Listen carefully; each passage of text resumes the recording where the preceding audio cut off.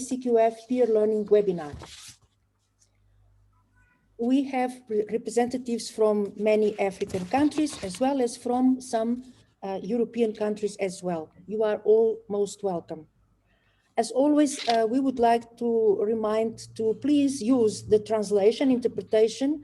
You can choose the language of your preference and you can keep your camera on. It's always very pleasant to see you, but when you are not speaking, please, could you keep the sound off? My name is Eduarda Castelbranco. For those who don't know me, I'm the coordinator of the project developing the African Continental Qualifications Framework. We are really happy to meet you again. And many of you today are new participants in this community of the ACQF. And let me again welcome you all. And immediately, let me give the floor to the representative of the African Union Commission, Education Division, so ST, Education, Science, Technology and Innovation, Education Division, Mr. Nicolas Oma, for the welcome and opening remarks. Thank you very much, Nicolas, for being with us. Thank you. Thank you so much, Eduarda, for the welcoming words.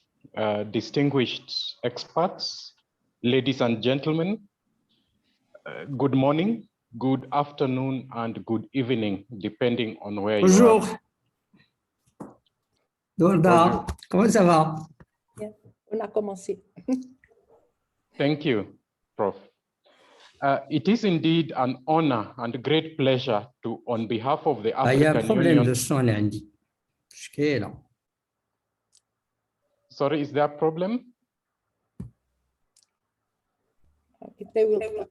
It's okay. You can continue, Nicolas. Oui, excuse-moi, Eduarda. Oui. Je pense que la traduction française n'est pas opérationnelle. N'est pas opérationnelle. Non. Timothy, team of interpreters, Timothy, could you check the French interpretation, please? But in the meanwhile, I think, Nicolas, let us continue while Thank you. He is checking the interpretation team. Thank you. It is indeed an honor and a great pleasure to, on behalf of the African Union Commission, heartily welcome you all to this peer learning webinar. Allow me to, from the onset, appreciate the commitment of our technical partners on this project, the European Training Foundation, and the entire team for putting together this webinar. Your efforts are indeed very much appreciated. This event is important as it gives us an opportunity to actively network, engage in peer learning activities and mutual understanding between national NQF stakeholders. It is a process that combines learning and knowledge building with networking and definitely creating bridges. Those of you who have been with us in this journey will all recall that we are picking up from where we last left last year. And those who are joining us for the first time, you are also most welcome. The peer learning webinars in 2020 brought together a wealth of information, views, and evidence on 22 real cases from the various perspectives. In 7 peer learning webinars, the participants then learned from 17 national qualification frameworks and 5 regional qualification frameworks through live presentations and discussions with officials and representatives from national and regional authorities and agencies. The current series of 3 peer learning webinars that starts today, the 3rd of June, is a critical facet of the capacity development program and builds on one of the key foundational aspects of the development of the African Continental Qualification Framework. Today, we shall be learning from the experience of national qualification frameworks of Seychelles and Namibia, and the recognition of prior learning of Kenya. I come from Kenya, and on Tuesday, the 1st of June, we commemorated the day our country, Kenya, attained internal self-rule. We call the Madaraka Day, after being a British colony. And in his speech, the President of the Republic of Kenya directed that a policy framework for the comprehensive recognition of prior learning be issued within a month. So the experience of Kenya on recognition of prior learning should be particularly interesting as they prepare on this daunting task as directed by the President. We aim at sharing knowledge and experiences and contribute to creating common understanding of concepts and systems of qualification frameworks. Other components of the capacity building program to be undertaken later in the year will be the African Continental Qualification Framework Conference and training program on qualifications and qualification frameworks. And I do believe you will also be with us in these processes. Through the capacity building programs, we seek to empower individuals, leaders, countries, and definitely the African continent. Ultimately, the sustainability and continuity of this journey that we started together last year will depend on our commitment and understanding of qualification frameworks and systems, and eventually lead to a continental network of trained experts able to support countries in developing and improving their national qualification framework initiatives. We still have other milestones to cover in this journey of the development of African Continental Qualification Framework, including finalization of the website and the development of policy document and action plan. The African Union is with you in this journey and also counts on all your support in making this journey successful. Thank you very much for your attention, and I wish you all a very fruitful engagement and deliberations. Thank you. Back to you, Eduarda. Thank you very much, Asante Sana, Nicholas, for your welcoming remarks and for setting the scene in a very comprehensive manner. Thank you so much. Colleagues, I will take a few minutes in this introductory session to contextualize a little bit the work we are doing through in the ACQF development project. And let us start by just noting the main topics of this session one after the welcoming remarks of the African Union Commission. So let's look very briefly, quickly at the agenda. Then very briefly also a few words on these three very dynamic African experiences that we will have today. And the ACQF is in development, also very brief section of this session. ACQF 2020 at a glance, just to have a brief understanding of what has been done so far. And then we conclude with a video, a very brief 3 minutes video. You have all received this agenda. So we have 4 main sessions today. Each session has approximately 30 minutes, and we still have 30 minutes to conclude for discussion and interactive assessment, let's say, and main conclusions.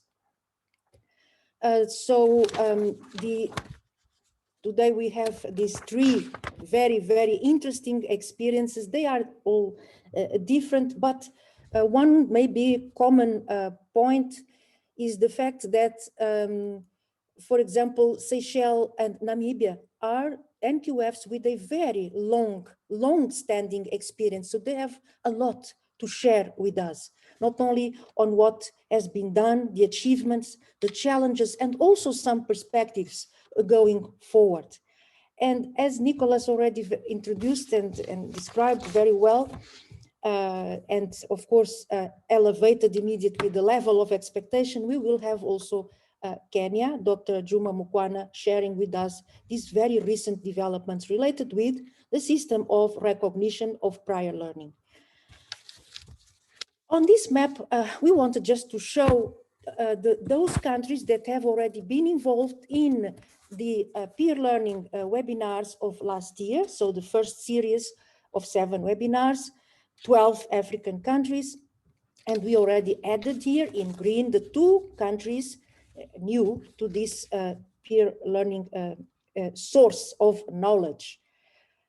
Thank you very much to the 3 CEOs, Chief Executive Officers of Seychelles National Qualifications Authority, Mrs. Fiona Ernesta, to Namibia National Qualifications Authority Director, Mr. Frans Gertze, and of course to the CEO of KNQA, so the Kenyan National Qualifications Authority, Dr. Eusebius Juma Mukwana, for dedicating your time and for sharing this very, very important information for all of us.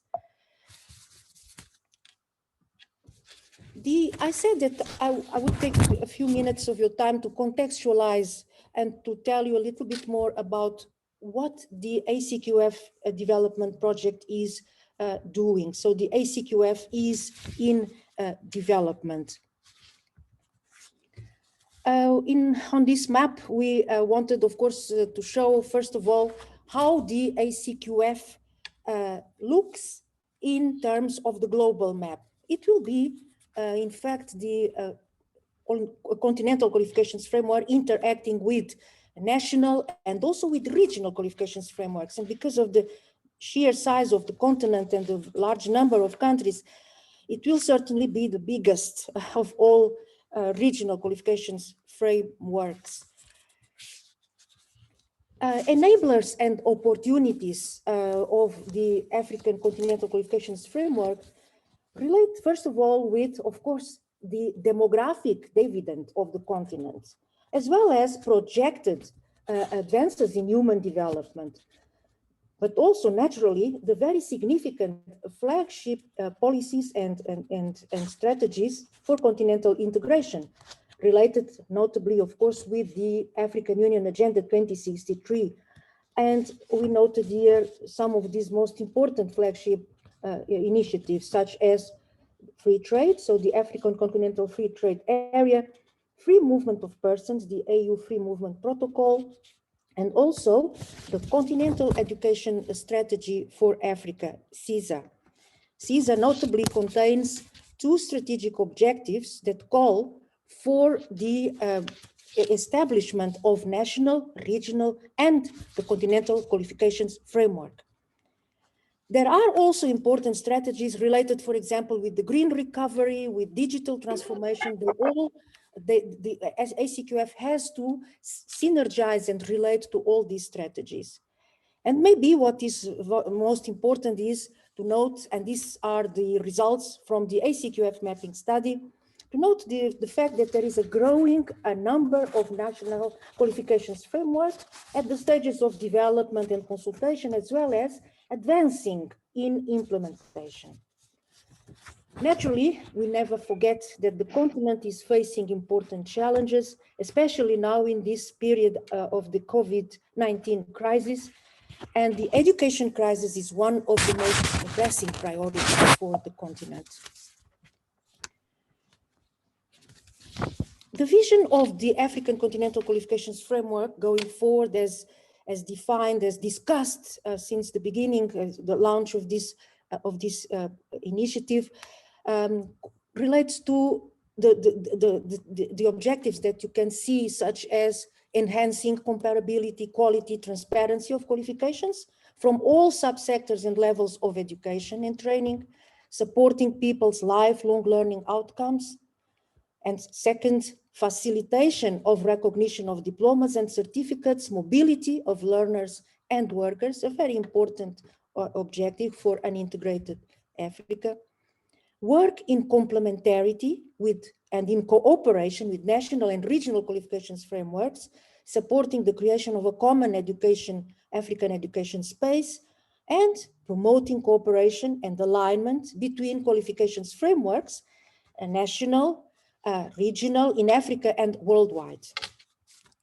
The principles of the ACQF, as also discussed, are its inclusiveness, so comprehensiveness, all levels of qualifications are concerned, innovation readiness, openness also to users and stakeholders' needs and to sharing of practice, good practice. And the main functions are that of an overarching framework, a referencing, alignment framework, and also a hub, let's say, catalyst for development of national qualifications frameworks and their instruments. Development of the African Continental Qualifications Framework started in September 2019 and will go on until end of 2022, next year. So this process is supported by a program, Skills for Youth Employability, which is a contribution to the Skills Initiative for Africa, SIFA, technical cooperation. It is working in partnership, of course, with the African Union Commission and participation of countries and regional economic communities, RECs. The main objective is to develop the ACQF as a sustainable policy instrument working in synergy with continental policies. And very important is the fact that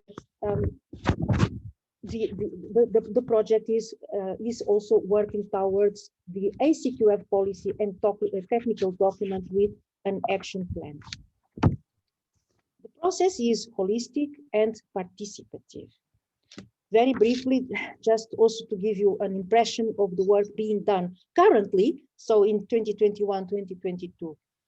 The first step, as I will also tell briefly, was the ACQF mapping study completed in November 2020. So this year, and we are working on developing the feasibility analysis, notably the scenarios and options for the ACQF.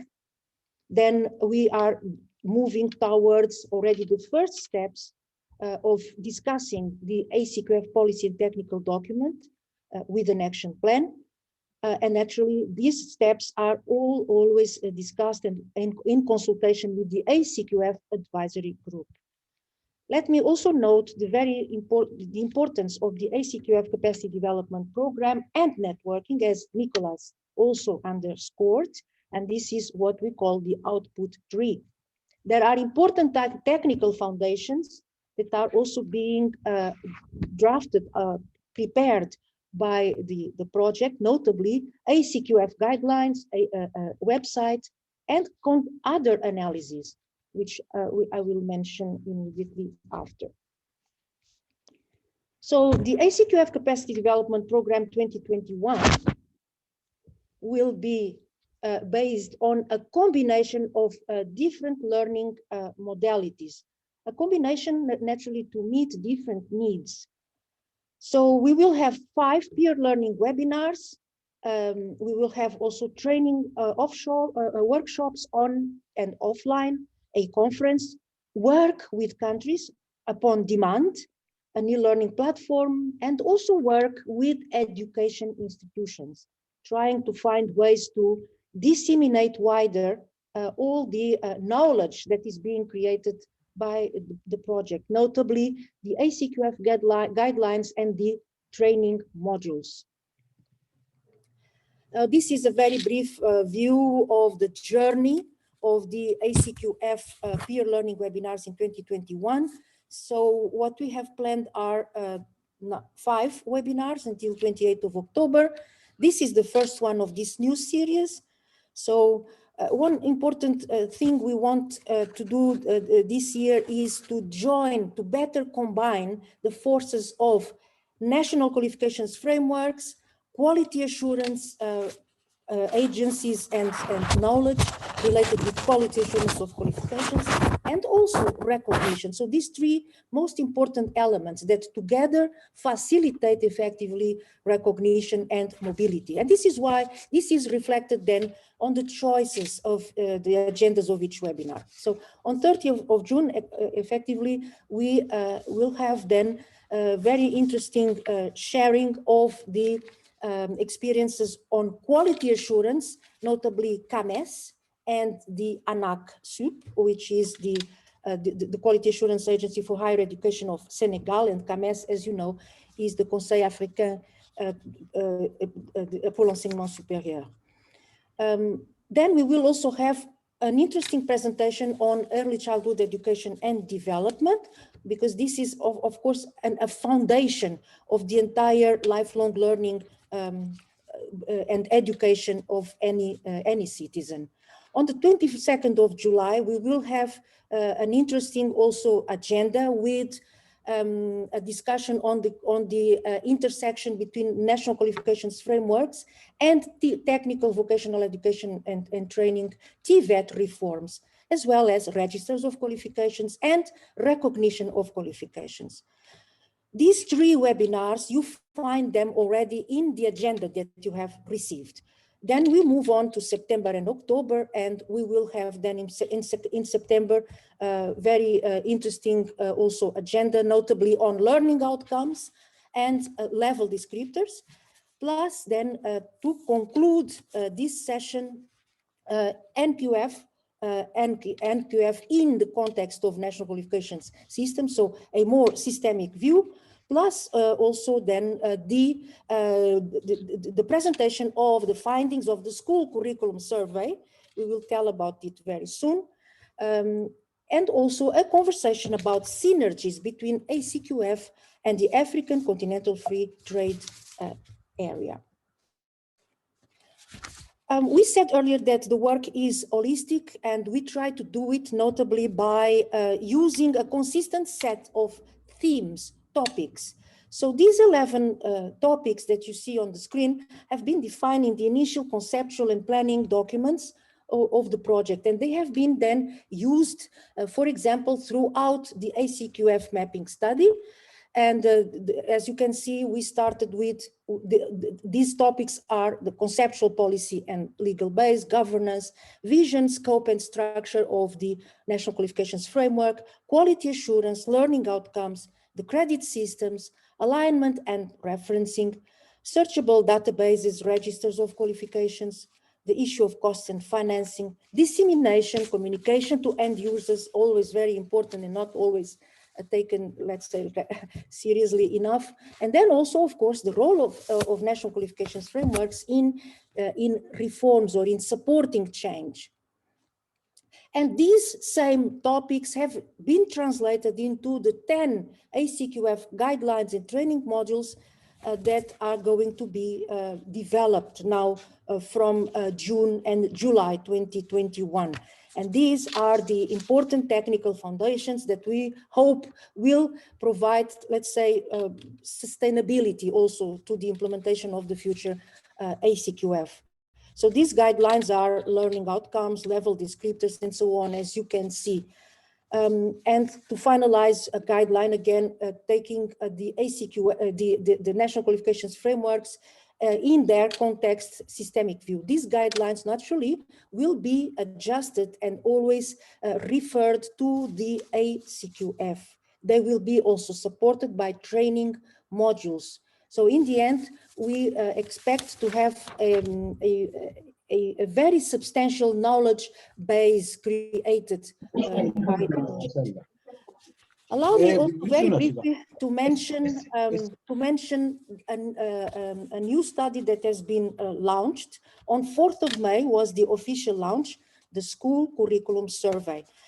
Actually, I'd like to emphasize that this initiative, African School Curriculum Survey, is an initiative of a CISA curriculum cluster, CISA meaning the Continental Education Strategy for Africa, and the coordinating body is the African Curriculum Association. And I'd like really to emphasize how important has been the persistence and the strong belief of the African Curriculum Association in starting this very important survey. It is a first, this kind of survey, and we are very pleased as ACQF project to be contributing and joining forces in this direction.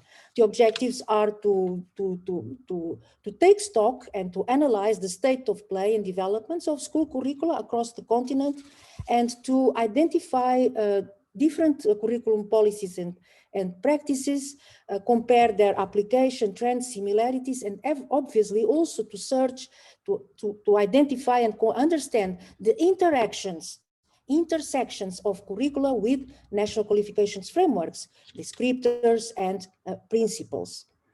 This survey, as it was said, was launched on the 4th of June, and it will go on until October 2021. So if colleagues, you are interested to participate in the survey, please write it in the chat box and we will add you to the list of respondents. So the survey will have naturally, will be based on an online instrument, creating a database. The analytical report will be also translated into a synthesis, infographic, and there will be then also webinars, at least 2 webinars to disseminate the findings and discuss the way forward. Very briefly on the ACQF at a glance. So the ACQF 2020, the most important activities and achievements of 2020. Let's mention first of all, of course, the ACQF mapping study, which was the first most fundamental starting point of this project. The ACQF mapping study is more than one report. It is a collection of 13 country reports, of 3 reports of regional economic communities, meaning from the point of view of regional qualifications frameworks, and of course this comprehensive continental analysis in 3 languages. The comprehensive report is really a substantial piece of evidence and knowledge, 200 pages, but it is also, it exists in shorter versions like a synthesis report of 30 pages and a snapshot infographic, so that every user with different, let's say, interests can to have a glimpse and information about the findings of this work. So the ACQF mapping study was, as I said, the first step of the project. It was important to collect this evidence, to have a good, updated view of how qualifications frameworks, sectoral, regional, and national, are developing across the continent. And I always use the opportunity of these webinars to thank very much the 41 countries that have engaged in this undertaking, in this study, engaged via the online survey, through country and country visits, so the field visits, virtual meetings, sharing of documents, and also afterwards, the very interesting discussions that took place when the different reports were reviewed. So the updates that we could also collect via the peer learning webinars last year were most fundamental to strengthen this evidence base. With this map, I'd like just to show the number of countries involved. So in blue are the countries that have been involved throughout the activities, and in orange, those that have national reports. I'm very close to finalizing, and I would like just to mention once again and just show graphically what I said earlier about the fact that the mapping study identified more or less dynamic view, dynamic situation regarding qualifications frameworks developments across the continent. And here you can see in a pie where you showing that at least more or less 18 countries are those with legal NQF, National Qualifications Frameworks, and legal acts approved, implementation started. Among these 18, there are a few, 4 that are not national but sectoral, like for example, TVET qualifications frameworks, and they are also included because they are operational. Then we have 3 countries with a very advanced implementation, including reviewed, already reviewed national qualifications frameworks.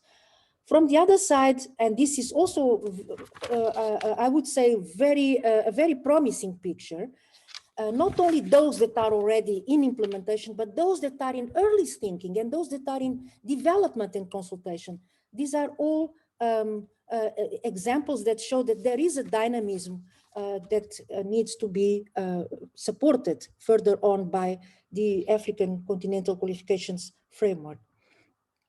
Now, just to conclude this part of the presentation, before we go and before we share with you a very brief video that summarizes the activities related with peer learning last year, just to highlight that in the meanwhile, of course, the ACQF project and the team, the experts team, is already working further on the feasibility report, the feasibility analysis of how the ACQF will be established and what are the main features.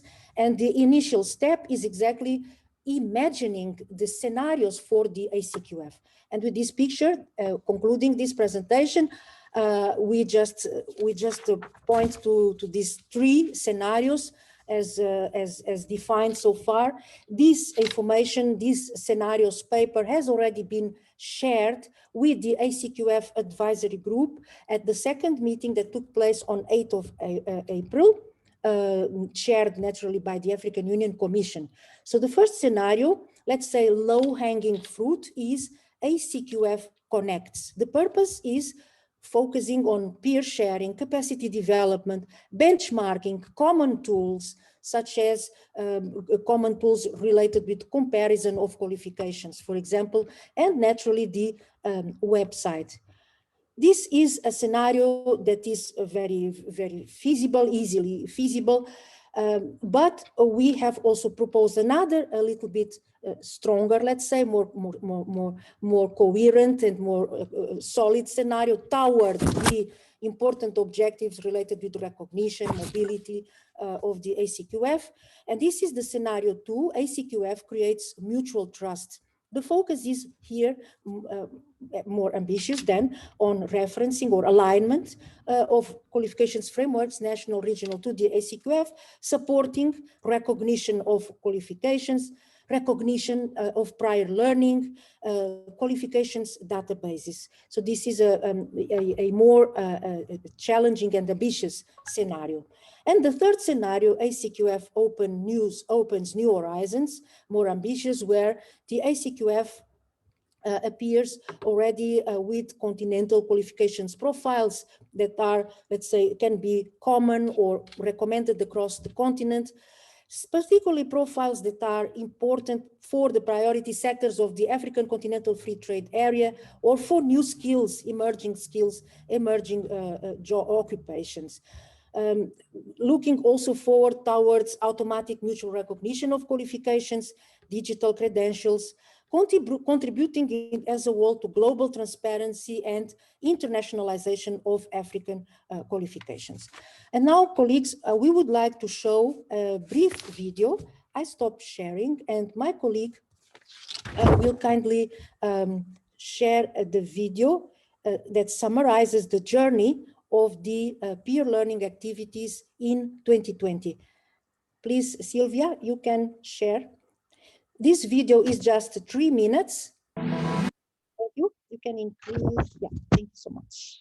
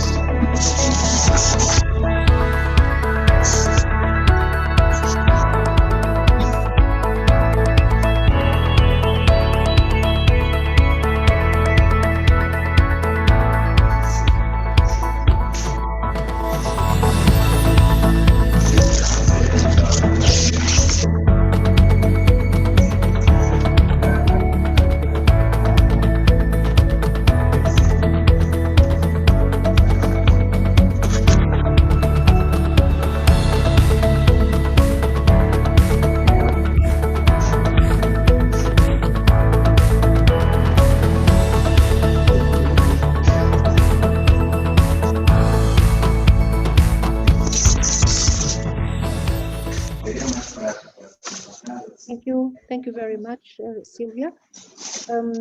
We would like to immediately then pass the floor to our colleague Fiona Ernestus. Fiona is the CEO of Seychelles Qualifications Authority. And Fiona has asked us to share the screen on her behalf. Fiona. Yes, please. Good afternoon, Fiona. Thank you so much. Good afternoon. Thank you very much. So nice to see you again. Always nice to have you with us, Fiona, and thank you for dedicating again time to this exercise, to this very important activity, which are the peer learning webinars. My pleasure. These peer learning webinars, in a way, are like fountains of knowledge, as some of our colleagues say, or in the CIFA project. So Fiona, I'm going then to share the screen for you. Yeah. Is that okay? You have 30 minutes, Fiona, for your presentation, and many thanks in advance. Okay, in Seychelles it is afternoon, so good afternoon everyone. Good morning, good evening, whatever. We start with, you can see Seychelles. Yes. Sea, sand, trees, sun. Next, Eduarda. So my presentation, I've been asked to talk a little bit about the NQF and the alignment of the Seychelles NQF to SADCQF. So basically, we'll start with the context of NQF, overview and structure, the achievements, some of the achievements we've had with implementation of the NQF, and then I'll talk a bit about alignment and the lessons learned from alignment. So the idea to have an NQF and a National Qualifications Authority started in 2000 with the government's national policy. Therefore, and the government's rationale for this, so why an NQF? So it was to be part of the government strategy to incorporate standards and quality into the national education and training system, because at the time, people were doing whatever.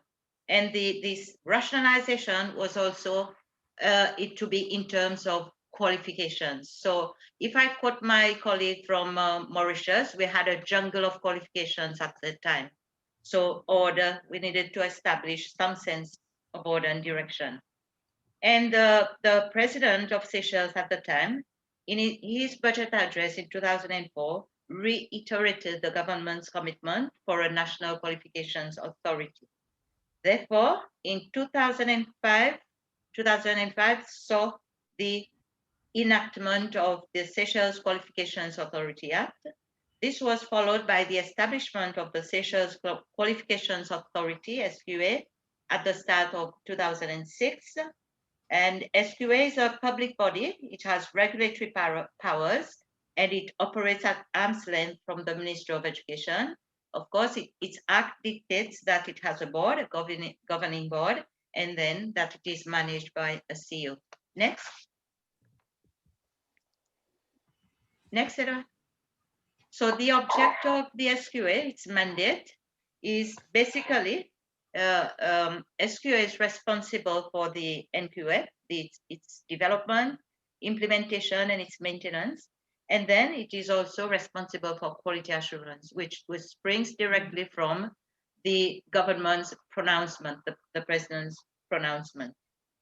Our NQF, therefore, was established in 2008, and this was followed by the regulations for the NQF, which became operative in January 2009. Next. So the structure of our NQF. So first of all, it is a comprehensive system, and it is intended for the development, classification, registration, publication, evaluation, and articulation of quality assured qualifications. It establishes the regulations and principles that guide development of criteria, development of qualifications.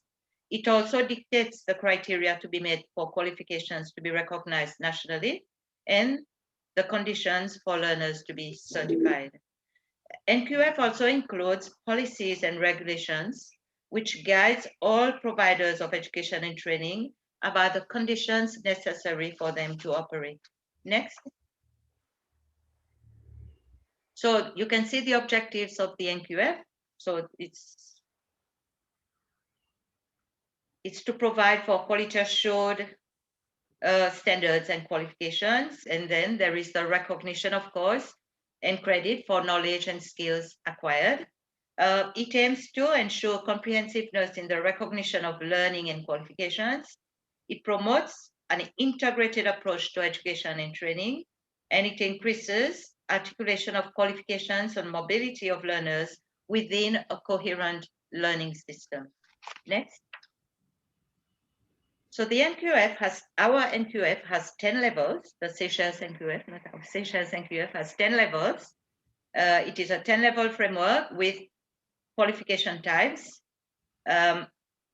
It starts from the primary certificate, which is level 1, and then it goes up to doctoral, postdoctoral qualifications, level 10. There is a qualifications map, and this is the most visible part of the NQF. Eduarda, can you show the next slide, please? I'll talk to it. Okay, you can see from, this is our qualifications map, and you can see from the diagram that it shows the architecture in terms of the number of levels on the framework. So you can see 10 NQF levels, the qualification types, you can see the pathways to qualifications. These are, you can see the red arrows that goes diagonal, vertical, etc. And we have also the notional hours and the level descriptors, but level descriptors will be more prominent in the, of course, the descriptors, NQF descriptors. So we defined our qualifications map as the structure of nationally approved qualifications in terms of defined levels and their descriptors and qualification types, notional hours, and pathways. The red arrows show the pathways. In addition, so you can see from there that the qualifications map gives a clear idea of the potential academic or vocational route that qualification offers. The academic route would be from the white downstairs, upstairs you go to the blue. That's the academic pathway. And the colored, the other side, would be the vocational route. So we have pathways on NQF, on our qualifications map. It also gives, therefore, a clear idea of education and training doors open and accessible because you can navigate your way. Possibilities in terms of education and training, and it also builds on a hierarchy of competencies with each level of qualification becoming increasingly more complex as progress is made up the pathway of the map. But you will see this, as I mentioned before, best in the level descriptors. Next, Eduarda. I've already talked about the top part. So in terms of notional hours, as with most others, we have direct contact time and non-contact time, which makes up the notional hours. And 1 credit is equivalent to 10 hours of learning. Next, Eduarda. So the level descriptors I mentioned before, the framework will have the level descriptors. These are statements used to describe a hierarchy of learning outcomes of increasing cognitive challenge in terms of, we have degree of complexity of tasks, reasoning and problem solving, knowledge, autonomy, and responsibility. So, can I continue? Yeah. So 4 areas. And here, this is an example, this is a sample of the level descriptors. So which is, on our NQF, it is level 6, which is advanced national diploma.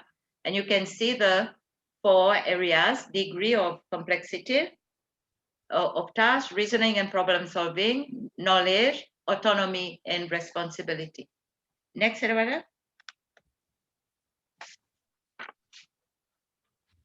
some of the achievements, which I'm sure most countries will have the same or similar.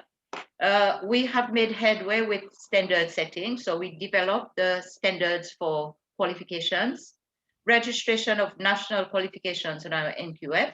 We have over 100 now, which we have been able to validate, that is accredit and place on the NQF. We started with the evaluation of qualifications with an, validation of qualifications with an evaluation of existing qualifications. As I said before, we needed to put some order in the jungle of qualifications. So that is why this exercise was necessary to start with. We also started with the recognition of prior learning in 2019, and we have had some success. We do recognition and evaluation of local and foreign qualifications. We are moving now, we have program validation, we do program validation, but we are moving now towards, we are going to change the term and it will be program accreditation. We do institutional accreditation. We have now 6 of the 12 institutions, that is tertiary institutions accredited. As of 2019, what was before responsibility of the Ministry of Education has now become part of the SQA, which is school inspection. In a way, it was supposed to be with SQA, but so we've started this. We also assist institutions in terms of quality assurance to develop their ACQF structures and processes. We do a lot of capacity building. We facilitate capacity building for institutions. And we do also develop our manuals, policies, tools, instruments to enable us to implement the various areas I have mentioned before, previously. Next, Eduarda. In terms of achievements as well, we can see now that there is better and fairer employment payment. There is work progression schemes and schemes of service, since these are linked to NQF levels. So we can say that there is a lot of awareness of the NQF in Seychelles. The landscape of qualifications has been rationalized and aligned with the national system.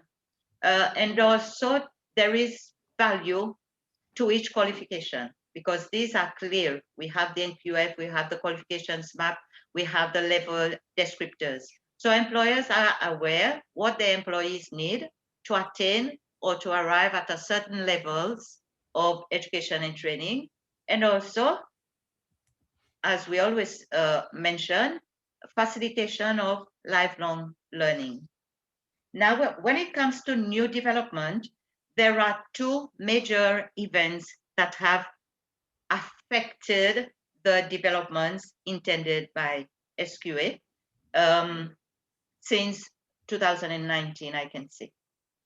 So first we have the COVID pandemic.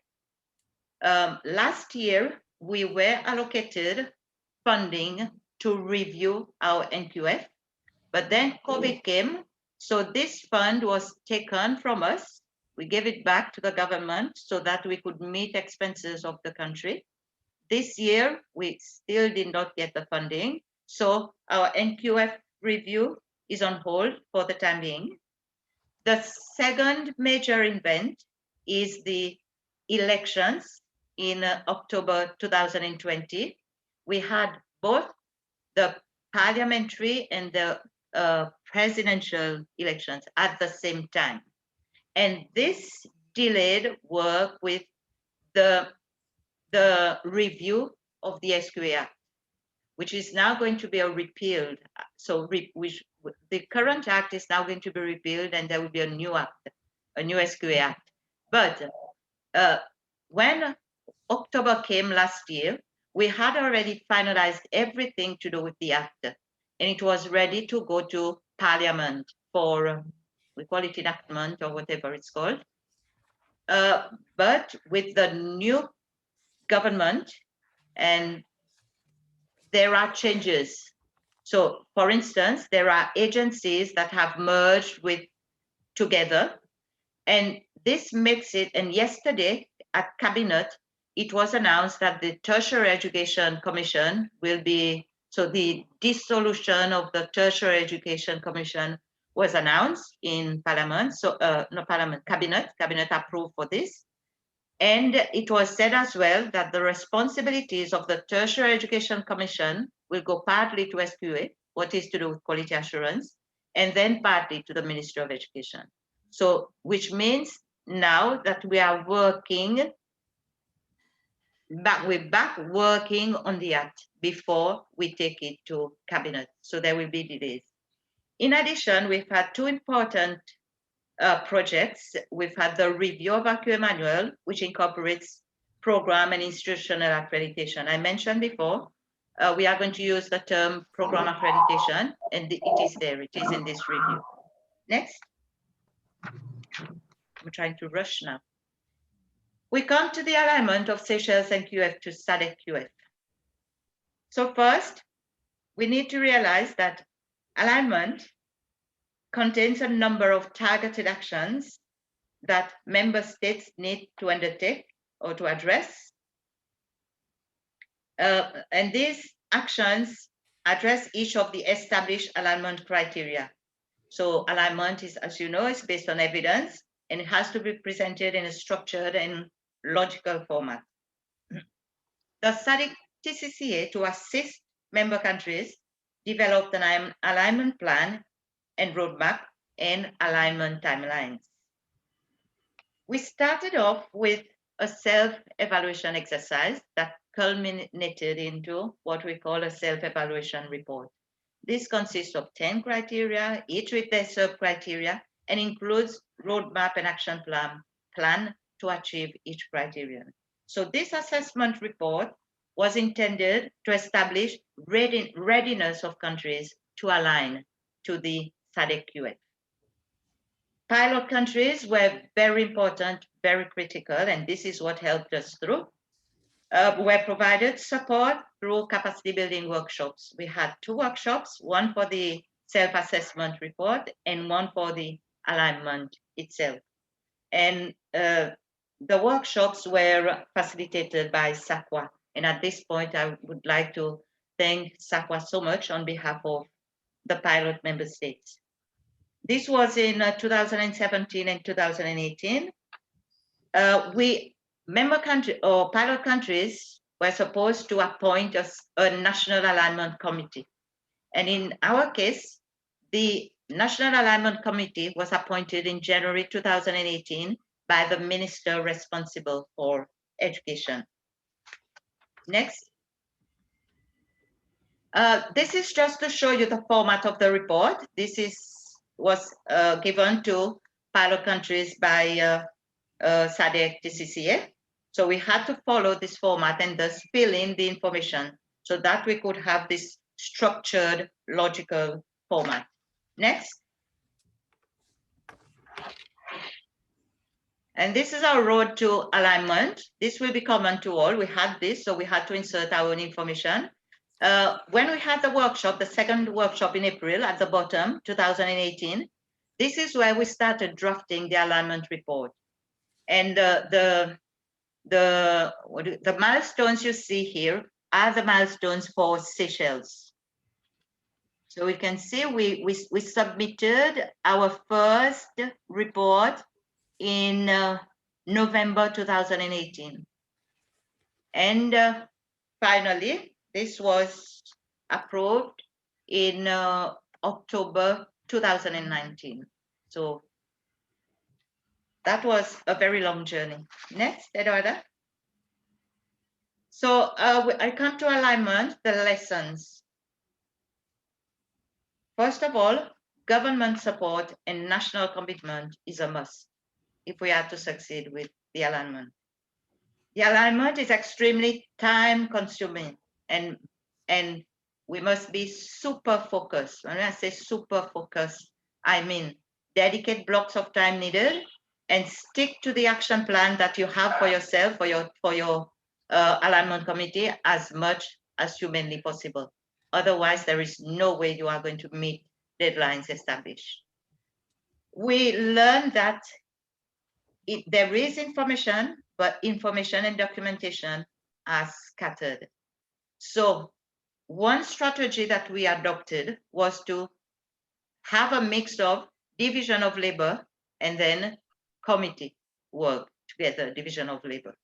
And then have meetings where we meet, take stock in between, informal, use, what do you call that? Emails, whatever, WhatsApp, whatever, as much as possible to communicate. These are the sorts of things that we do, the strategies that we use to enable us to meet our deadlines. We learned that because there was this national involvement, because we were careful in selecting members of the National Alignment Committee, and each member had a responsibility to sensitize their departments, their ministries, their agency, wherever. So this resulted in national involvement, and then it increased public awareness, knowledge of the NQF and qualifications, also the alignment process. Seychelles, in our culture, sorry, I just need some water. There is a milestone for the alignment, which says that we need to post the draft report on our website for public comments. But in Seychelles, website posting for public comments is not embedded in the Seychelles culture.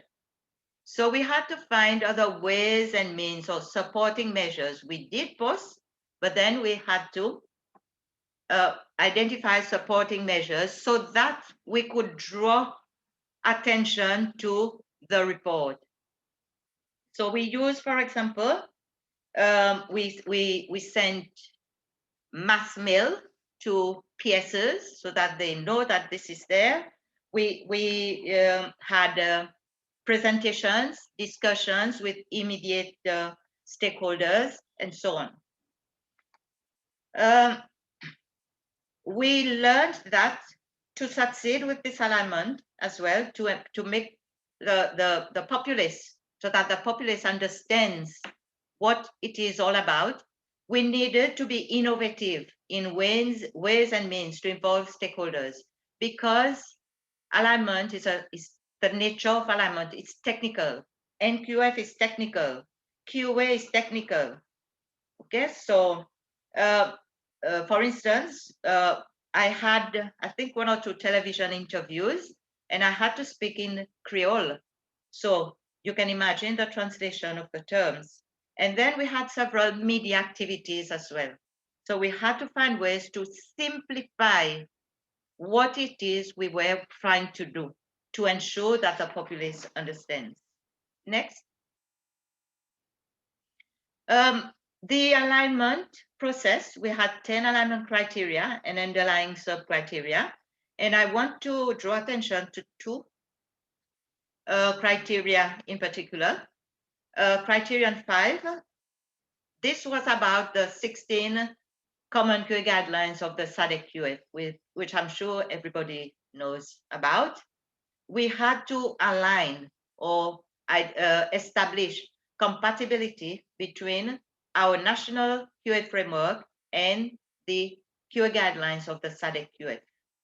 Criterion 2, this is where the most difficult work was, and we learned a lot in terms of our NQF here.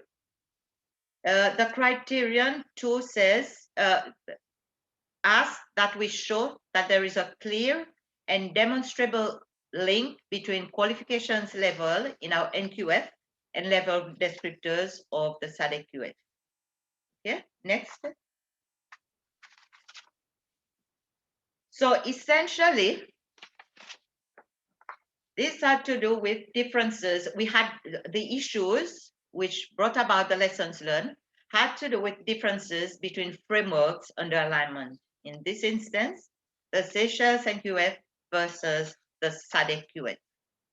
Now, overall, we always have to bear in mind that one is a reference framework, whilst the other is a national framework on which qualifications based on qualifications types are registered.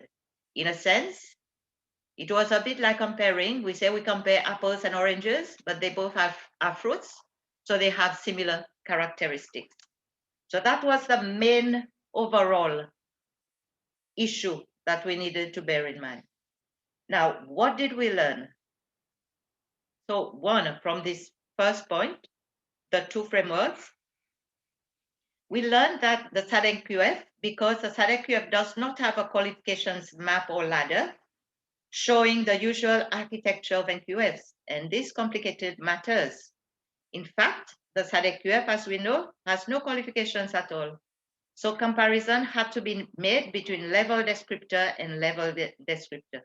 Now, this was problematic as qualifications embody in and of themselves what level descriptors mean in reality, and so comparison became very difficult. It is to be borne in mind that though level descriptors use a certain hierarchy of terms to denote increasing cognitive challenge, they are at the same time loosely worded so as to embrace as much as possible in a level, that is the SADCQF. At the national level, the terms tend to be more specific. Next,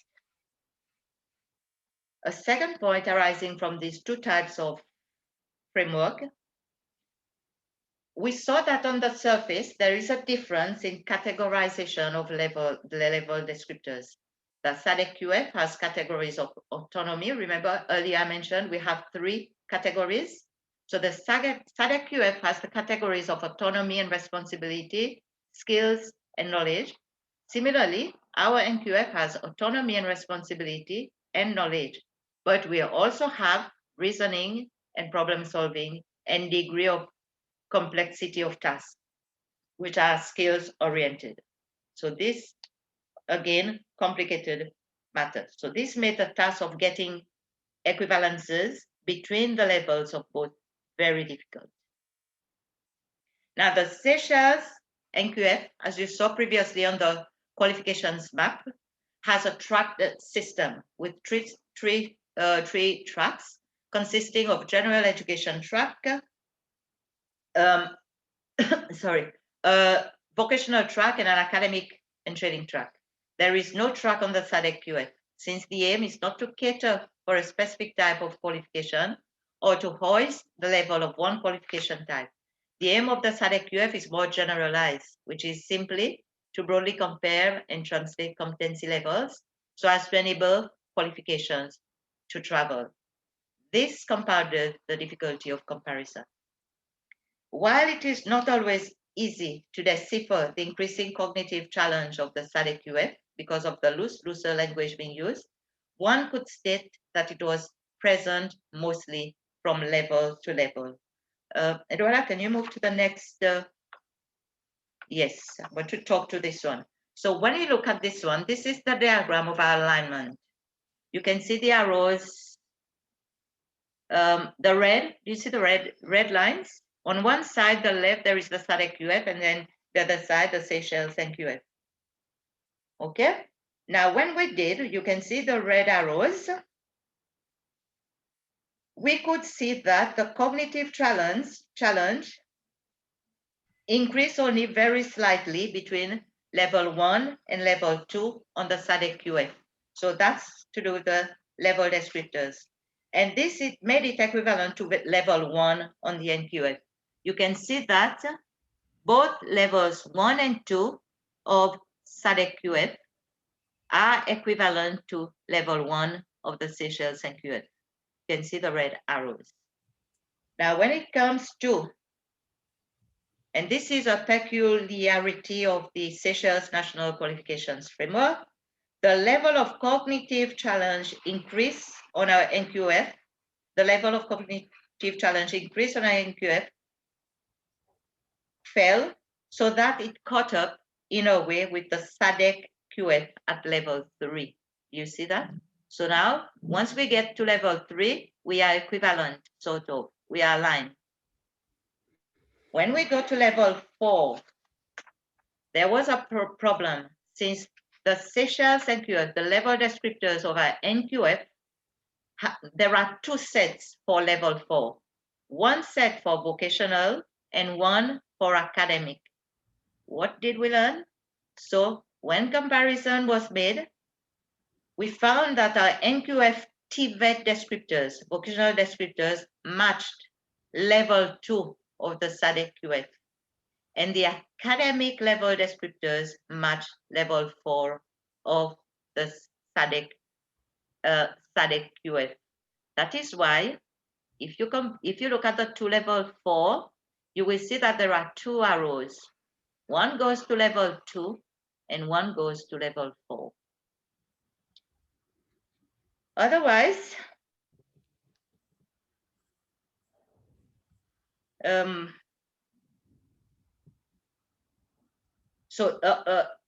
therefore, this also made comparison very difficult, very, very difficult, or less harmonious, resulting in an unusual comparison ladder, as you can see. So making such match, I can say, was a complete headache. But after level 4, things flowed. So match was okay.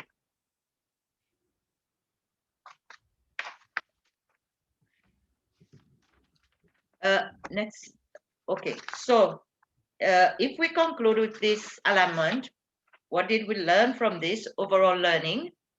We learned that there is a demonstrable link between qualification levels in the Seychelles NQF and level descriptors of the SADCQF. Alignment was structurally, conceptually, and linguistically. So the NQF, our NQF is aligned to the SADCQF structurally in terms of comparison, in terms of architecture of the 2 frameworks, in terms of levels, number of levels. Okay, so both have 10 levels and level descriptors. Second, our NQF is aligned to SADCQF conceptually. This is where concepts are examined to see whether there are conceptual links between the 2 frameworks. And we found that there are more in common than different. Linguistic alignment, level-to-level analysis, to see whether the 10 NQF levels are aligned with the 10 SADCQF level. As I mentioned before, levels 1 and 3 of the levels 1 and levels 3 to 10 of the SNQF are aligned to the SADCQF linguistically, whilst level 2 of SNQF closely matches level 4 of the SADCQF. This is what we found out. Next. Therefore, in conclusion, what are overall learnings? We learned that there are strengths as well as weaknesses with the Seychelles NQF.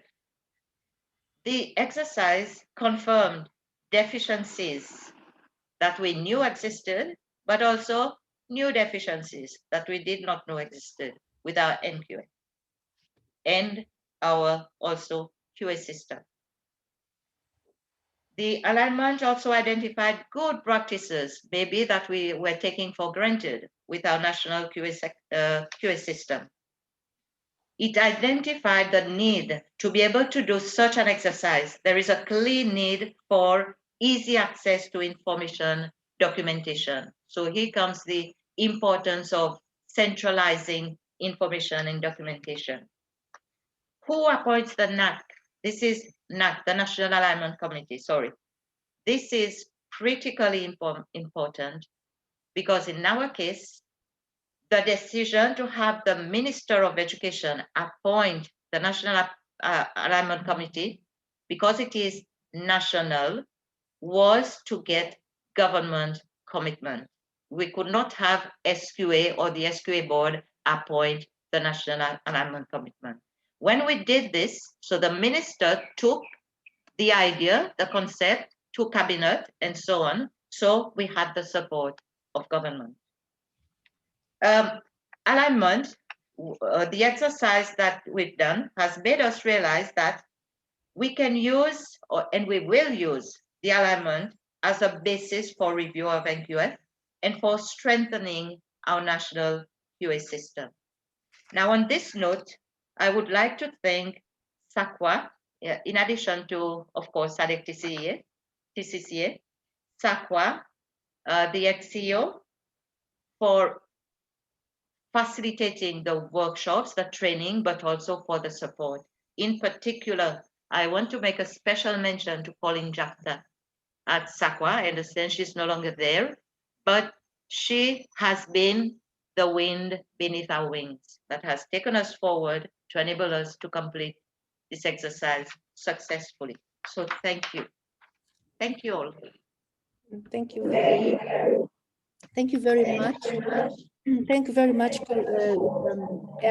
Fiona, for this presentation and for discussing so well the lessons learned from the alignment process.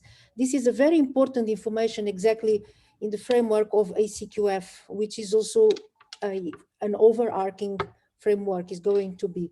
Thank you very much. Colleagues, if you have any very pressing question to Mrs. Fiona, please, you can ask. Otherwise, we have a dedicated session for questions and answers after the fourth session. I want also to say that certainly Colleen is very moved by your kind words, and Colleen is in principle in this room. So thank you very much, Fiona, for mentioning Colleen. Thank you. Thank you, Colleen. Thank you so much. Many thanks again, Fiona. We would then move directly to Namibia, and Frans Gertze, the CEO of Namibia Qualifications Authority, is with us. Namibia has a framework with long-standing experience. Frans, you have the floor. Let us know if you would like us to share the presentation, or you can do it yourself.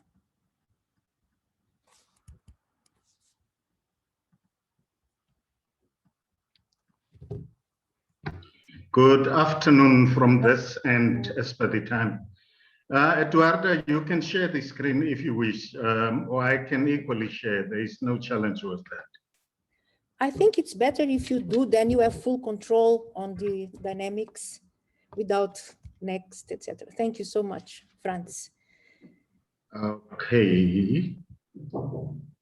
Now what happened to my screen now? You can use this logo on the bottom that is as a shape of a I always say a cup of champagne next to the ruler. You click. Thank you so much. I'm trying to open up again now. But we see your screen. We see the presentation. You see the presentation and I can see myself. That's the funny part. I need to quickly open. Colleagues, where do I open this thing? And on the bottom of your slide, you have this ruler. On that orange part of the slide, you have the ruler, and next to it, there is an icon in form of a remote control. You click it, and you have immediately then the slide sharing. The slide sharing. Otherwise, I can. Yes. You can ask permission to use this remote control, and you can do it yourself. Yeah. Otherwise, my screen. Shall I share the screen then? Yes, please do. Okay. I've lost my entire screen. That's a problem. My apologies. Okay. Then optimize video clip. I will then. Okay. But if you can see my screen, perhaps then I can play on my. What do you call it? Yes. Then I can start. And do you do see your presentation? Yes, you see. Yeah, I can see the presentation. Yes.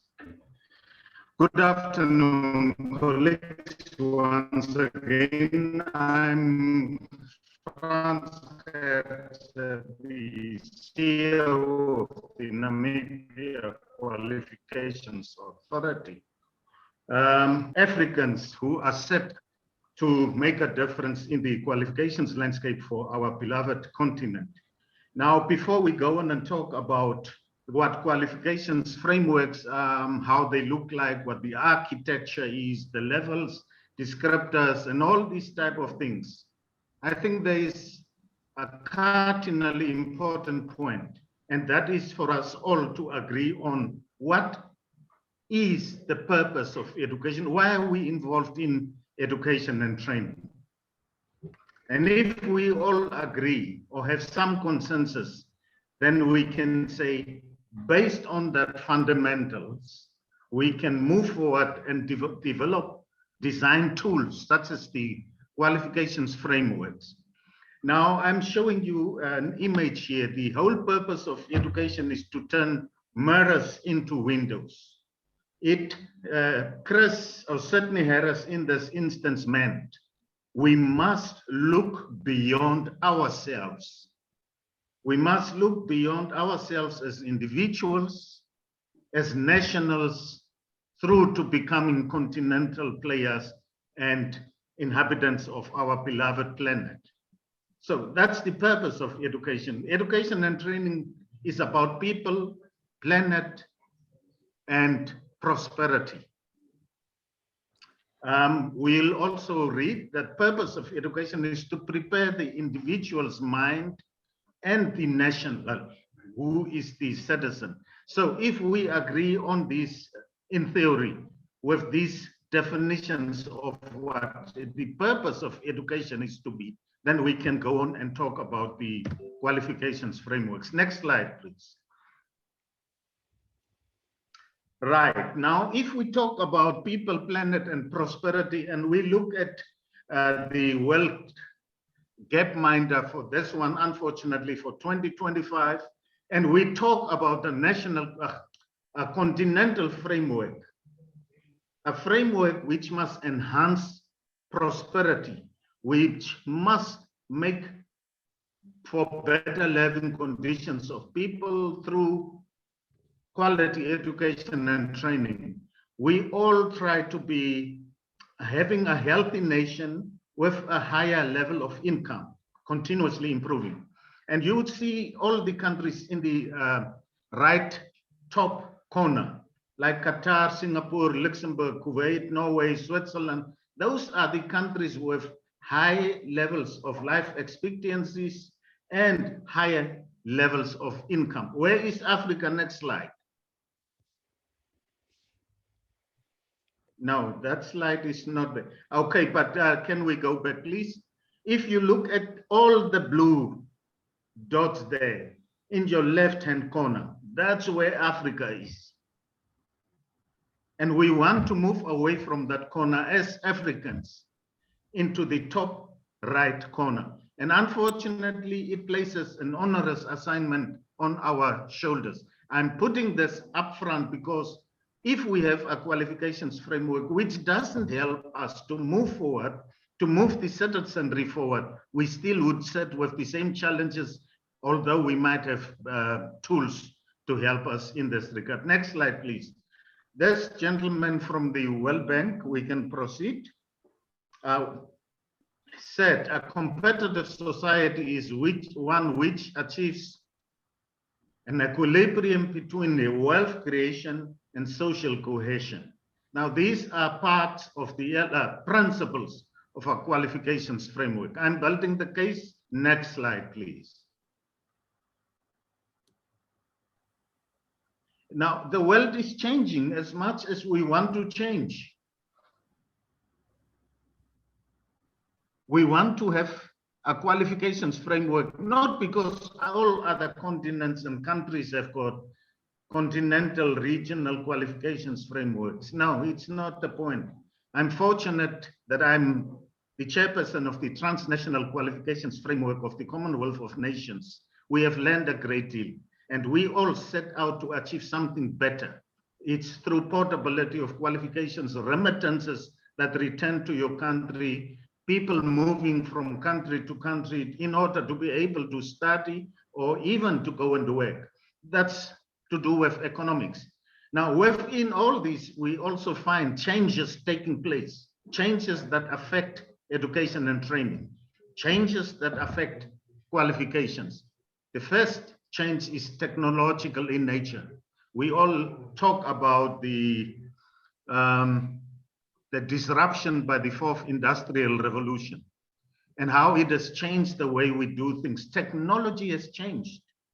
What was impossible, what was deemed impossible in the past has changed. The politics is changing, colleagues. The way we look at Africa, the market and labor mobility, all these are affected by political change. And in Africa, there is no exception. We are changing. Also, the generation change which is taking place, the youth of today questions everything. They don't conform with what the teacher, the lecturer, the professor is saying. Why? Because they've got the library in their hands. The businesses are changing, and I'm talking not only of businesses in the industries. Education and training has become a business, and they are changing. They are like tents. They come, and if there's no money, they pack up, they go. They are not like pyramids. Life expectancy has changed, and it continuously changes. At least there is a higher life expectancy within most of the countries across the African continent. And so we experience changes that take place, and changes affect education and training, particularly higher education. Next slide. In higher education, there are debates, the purpose debate. And I'm raising the purpose debate because many an institution would stand up and say, this issue of qualifications frameworks adds additional work to what we are doing. Simply because external, no, please go back. Simply because they prefer the status quo, or nobody wants to be subjected to external quality assurance. The funding has changed. My colleague from Seychelles has just indicated, for us to establish qualifications authorities responsible for frameworks, they need to be funded.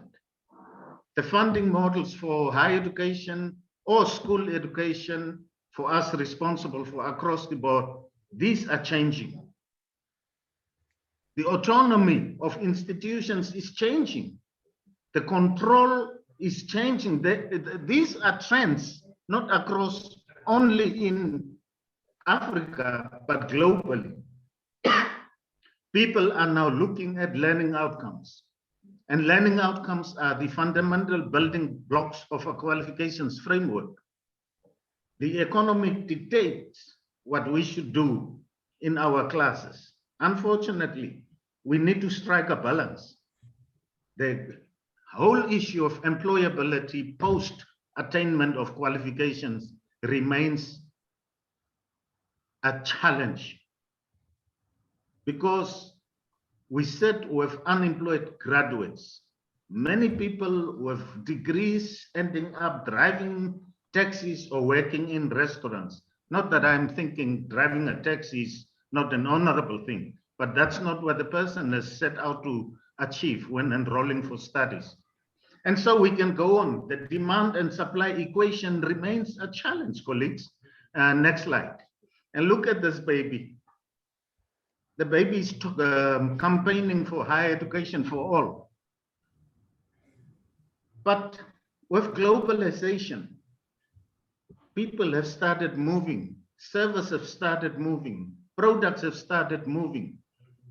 So borders have become flexible, more flexible, and so frameworks should allow, whether it's at national or continental level or regional level, for qualifications to be portable, to move across borders. The whole offering of education and training has changed. There are more private institutions nowadays than public institutions.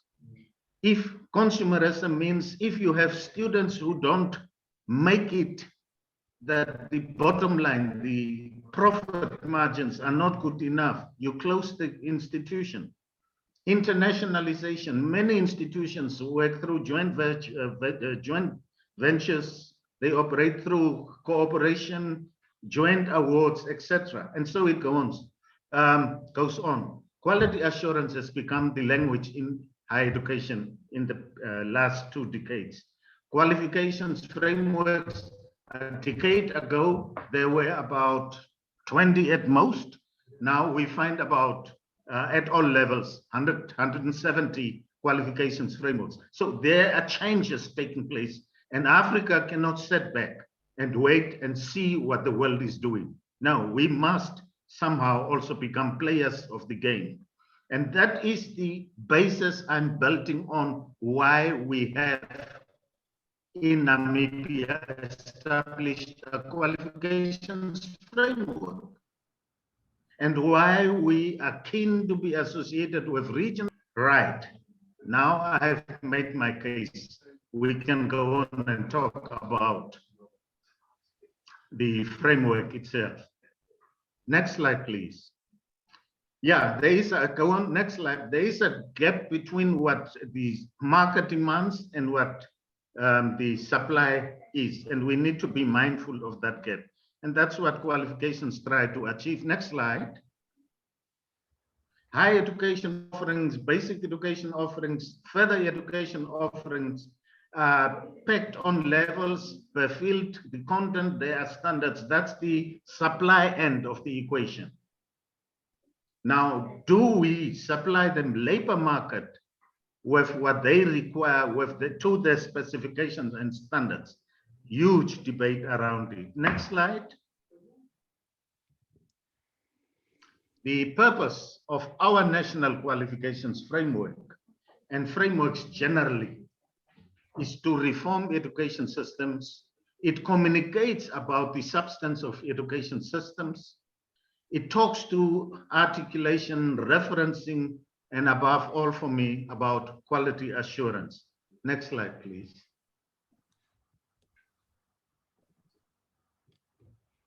Okay, how does the qualifications framework look like? Yeah, thank you so much. Globally, qualifications frameworks have got architecture which includes levels. The one on your right-hand side is our national qualifications framework in picture. We have got 10 levels in Namibia. Level 1, the lowest competence is required, with level 10 where knowledge is created.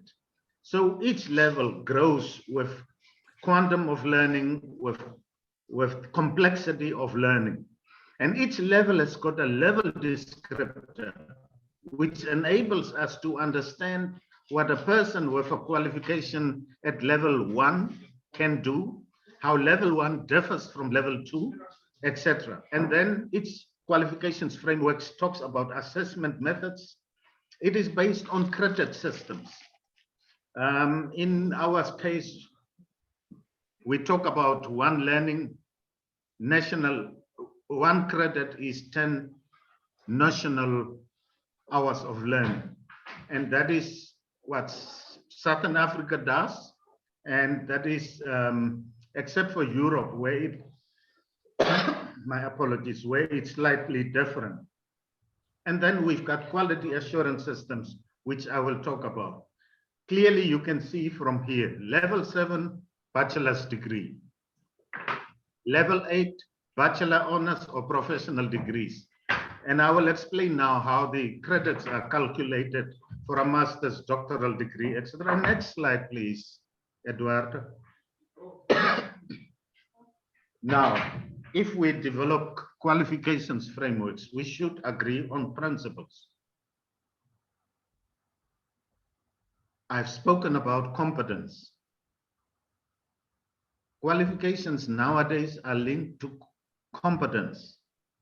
If you have a degree or a diploma means you are able and understood something at a particular level. But our qualifications should be credible. It doesn't help we join the AU or the Africa Continental Qualifications family, but our qualifications in our nation are suspect. And if I use alternative means to become a member and have our qualifications referenced through the framework at the continental level, we bring the continental qualifications framework in disrepute as well. Qualifications should lead to flexibility. It is of such in this world that when you move from a certain part of the world, your qualifications are deemed maybe inferior, maybe not based on standards that people set out to be of. So we must clarify the flexibility of qualifications. Access should be known, how qualifications articulate, etc. And so I can go on with the list. Importantly, qualifications should be based on standards in our nation. That's our principles for our qualifications framework is, if there are no standards developed, you cannot register the qualification on the framework. And these standards are publicized. Dear colleagues, those who are setting up new frameworks, the 3 or 5 who already have established frameworks, if we talk of regional or continental qualifications framework, we talk about trust. We talk about communication between nations or members of a framework. If we don't have legitimate qualifications, if they are not standard-based, there won't be trust. And if there is no trust, we can have the most beautifully decorated framework, but nothing will happen. Our framework talks about progression, as was indicated. We also facilitate recognition of prior learning, as well as lifelong learning. These are the principles that govern, amongst others, our national qualifications framework since its establishment in 1996, which I'll talk about now. Next slide.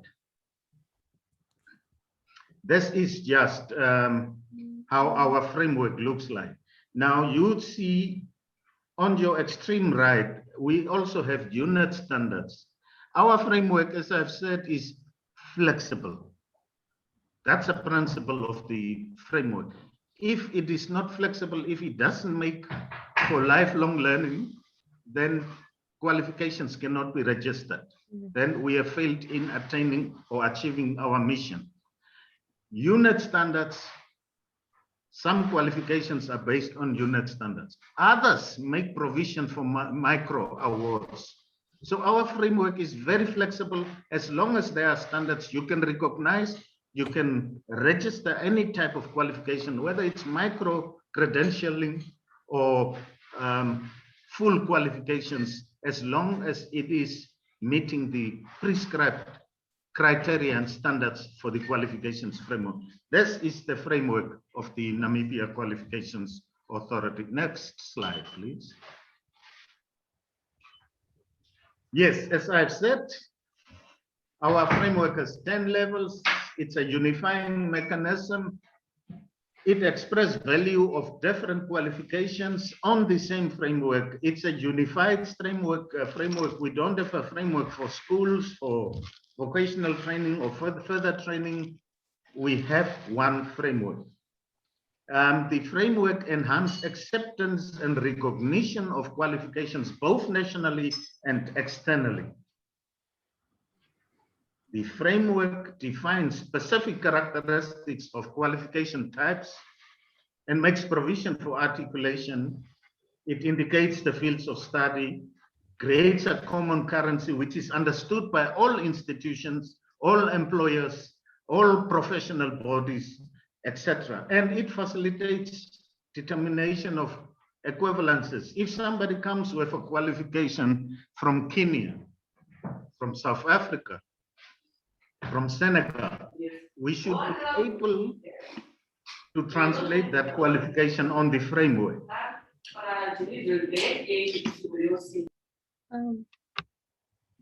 May I proceed? Yes. Next slide. Yeah, now what we do is, I've said we are using certificates, diplomas, those are the main type of qualifications. But each certificate to be packed on a level of the framework. For example, certificates must have 400 learning hours, which is 40 credits. Remember I said 1 credit, 10 national learning hours. So 40 credits must be achieved at or above the level of certification. So if the certificate is at level 2, it must be above, with 40 credits above level 1. And that's how we go on determining that. I assume people are already aware of this. With diplomas, you'd see diplomas are between levels 5 and is it 7 on our framework. Same principle applies. How we determine how many credits a certificate or a diploma at a particular level must have. For example, 1,200 hours of learning, that's 120 credits. Roughly speaking, that's about a year of learning. For a qualification to be registered at level 5, it must have 172 credits at the level above or below NQF level 5. Always one level lower, but the credits are gazetted and it's publicized. Everyone knows when they develop qualifications. Next, please. And so we can go on with degrees, honors and bachelor's degrees. A master's degree at a level 9 requiring a research article, and also a doctoral degree is above a master's degree. It's actually the normal nomenclature which was translated or transposed in part to the NQF. Next slide.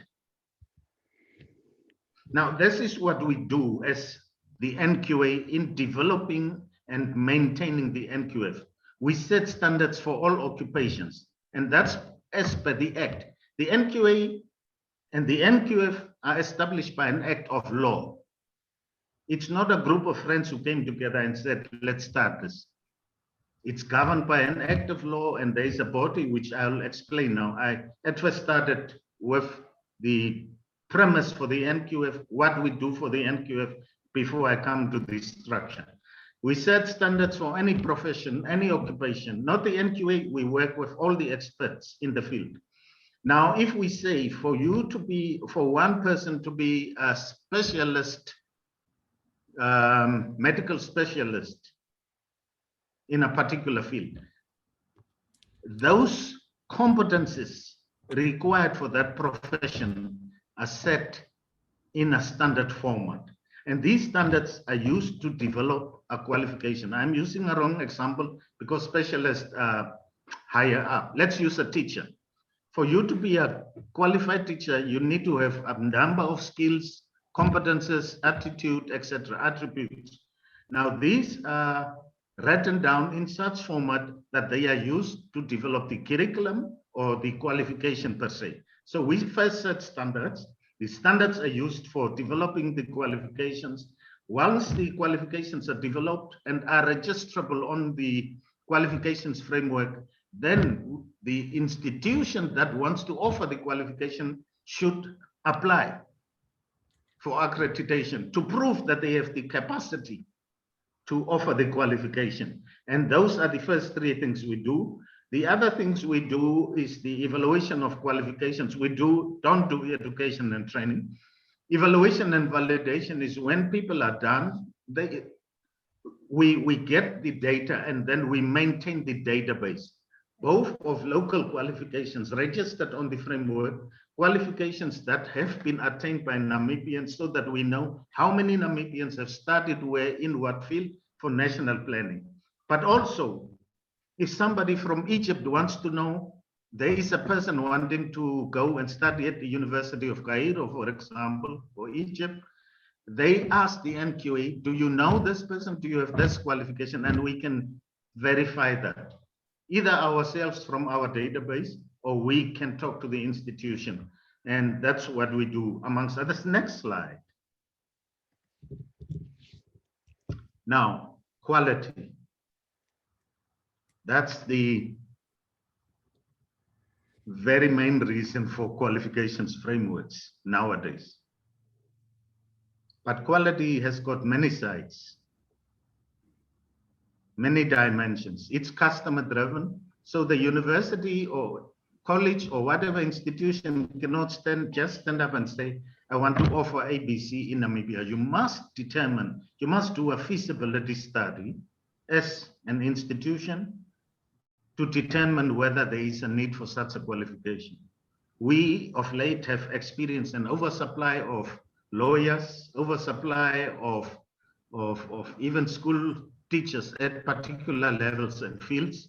So because government funds these students, there must be a minimum level of mismatch between demand and supply. Quality also talks to relevance, and quality is time bound. Quality changes continually.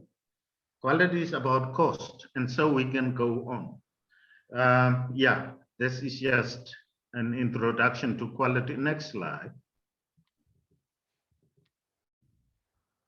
Yeah, and so this one just explains the different approaches to quality as was done by a professor in the stage.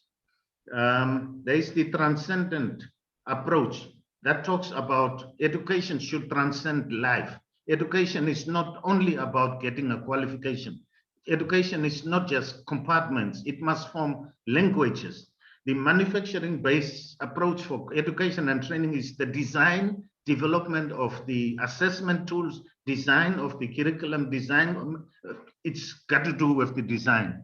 And it's normally learner-centered, it's nation-focused, it's driven to the agenda of the nation, not obviously casting out all others that are not contributing to the national development agenda. And it's value-based, and so we can go on. Next slide, please. When we do accreditation, this is the process we follow. The first thing is we receive the application, but when you receive the applications, there are gazetted rules. Gazette means it is legal. It's not only belonging to the NQA, it's gazetted by a minister, by the government. And then when the regulations are used, and we advise the institutions on what are the principles, what are the processes, what are the documents to be submitted, and then we look at the documents. Thereafter, these are placed on our database. An officer is assigned who looks at the completeness of the application, and the officer then does a desk evaluation. After the desk evaluation, which looks at the degree of compliance and any outstanding matters, after that, we get together a team of experts from other universities. They go on a site visit together with my team at the NQA. They would look at whether the institution meets all the criteria in terms of laboratories, technology, how they maintain student records, counseling, the infrastructure, all these things are looked at. It's about fitness of purpose of what is available for what is going to be offered. And then a report is produced. Such a report is given to the applicant for accreditation. They agree, disagree, and then after which discussions take place. We are not policemen. We are not controlling quality. We assure quality. And then we take it to our council, which makes the decision whether or not to grant accreditation. And accreditation is sought after in Namibia. No qualification awarded by an institution that is not accredited is recognized for any purpose in Namibia. Only accredited institutions get their qualifications on the framework, and then they get recognition for employment, for further studies, for recognition globally, depending on the protocols with which the NQA has got agreements. Next slide. Now, strange enough, education in our country is governed by numerous acts. I was glad when my colleague from Seychelles said they have done away with one body. Many a country make the mistake of creating so many bodies that there is later tension between these quality assurance bodies. We in Namibia have got the Vocational Training Authority, or the, yes, Training Authority. We've got the Council for Higher Education. We've got various bodies established by acts of law, and at times it causes confusion and frustration in the system. But we have also got a lot, and it's a weakness in our system. Next slide. The NQA is established by an act. Already in 1996, the NQA was established. That's quite a long time ago. It's a statutory body governed by a council of 8 members. These members must apply to be appointed to the council, and they are appointed by the minister responsible for education and training, and they are assisted by a secretariat. The secretariat, the CEO is the head of secretariat, and then we've got various departments, one for NQF administration, the next for accreditation, and then corporate affairs or administration. Next slide. The mandate of the NQF is as per the act. This is, yeah, the A is to establish a previous slide, please. The first objective of the NQA Act is for us to set up and administer a national qualifications framework. That's why we have a national qualifications framework. That's why it is funded. That's why it's legal. And then we are expected to set standards, whether it's for curriculum, occupational, and so next slide, we do accreditation. Any person or whichever, we also evaluate and recognize competences learned outside of formal education. Now, people think the qualifications framework is an instrument, a construct to recognize formal education only. Now, we do RPL, we do short courses, credentials, units, modules, as long as they are registrable on the framework, they can be recognized. So we also evaluate and recognize competences learned outside of formal education. And then we also look into whether qualifications meet national standards. If a qualification comes from any other country, we must compare it to our system and say, okay, it meets for an engineer. Before you can go to talk to the engineering council, your qualifications must at first be vetted by the NQA. And that is how the system is developed. Next slide. I'm almost done, colleagues. We have got committees on the council, the executive committee, qualifications committee. Another one responsible for accreditation, assessment, and audit. So, and these committees work together. It's not a decision made by the staff members. Decisions are made by these committees of council, of the board, if you wish. And the others are established human resources, finance, and risk audit, because we, as a statutory organization, must also comply with governance mechanisms. Our finances must be recorded in any way as you record. Our organization is run as a company. So we must comply with all those requirements, whether it's through risk management, planning, strategic planning, human resources management, performance management, all those type of things. But that is what we do. We not only do qualifications framework. That's why if you look at next slide, our strategic plan. Okay, that is what I've already explained. That's how the structure of the organization looks like. Next slide. Yes, our vision is to be a global, not just national, global. And that's why we want to be part of the African dynamics and of the African Ubuntu spirit. We want to be a global player, empowering our people, and that is about prosperity, making people's lives better through their qualifications. Vision, mission, you can slap. Each and every organization would have its vision and mission. So that you can look at, that is ours. Next one. Yes, I have said, that is why we've got 4 pillars of development. The first pillar in our strategic plan, and this is the values, the scorecard, the annual business plan, the finances, budgeting, everything comes from this one. The NQA growth and development, that is growing the organization. To find resources, the right resources, employ the right people, have the right image and brand and all those type of things. Second pillar is quality assurance systems. That is mainly to do with policy development. It has got to do with accreditation. And the next one with NQF development, which includes standard setting, registration of qualifications, validation of credentials or learning outcomes. And another one, quite interesting, is relationship management, because the NQA is an organization which works with external partners, with providers, with professional bodies, with learners, with funders, with government leaders.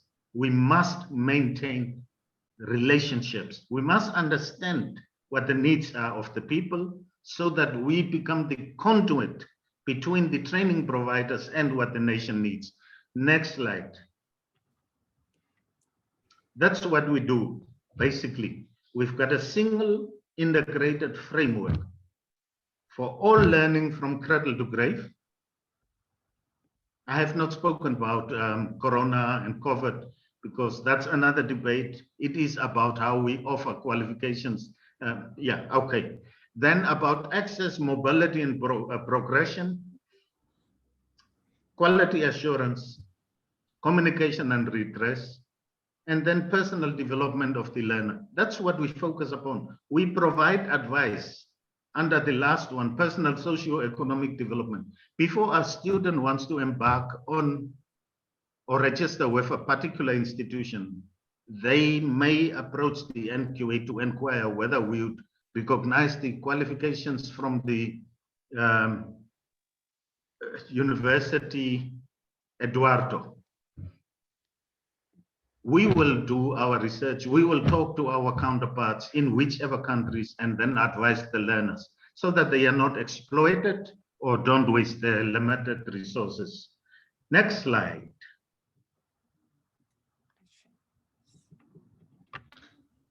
I want to leave you with this one.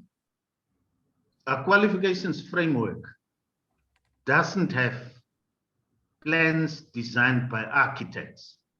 Mm-hmm. You grow as you work daily. Mm-hmm. There is no clear-cut recipe for new institutions.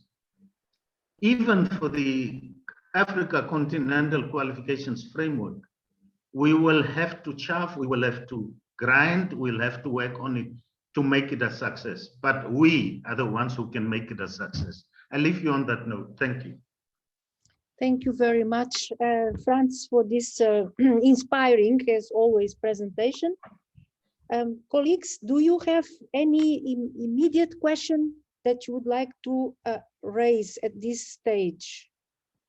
And I'm just sharing this previous slide that in a way sums up the purpose of the framework in Namibia. If you don't have immediate questions, then I don't see any hands raised. You can, of course, write also your comments and questions in the chat box, please. I'd like then to immediately pass the floor to Dr. Mukwana. We are a bit running out of time because the presentations are very comprehensive and interesting. Dr. Mukwana, will you share your screen yourself and your presentation? Or shall I do it? Just a question. Not sure if what I have is what you have, but I guess we can try. Okay. Let's see what we can do here. I can do it if you like. So up to you. Let me see how to.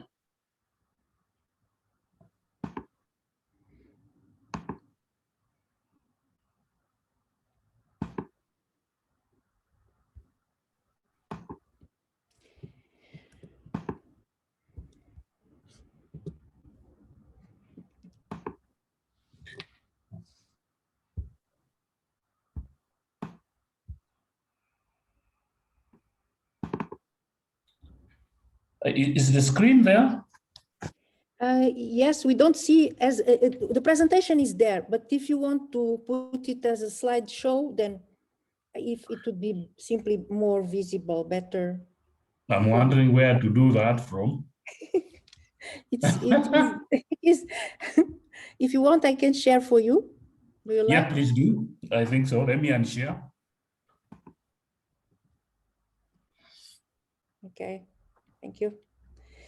Okay, so Dr. Mukwana, Dr. Eusebius Mukwana is the CEO of the Kenya National Qualifications Authority.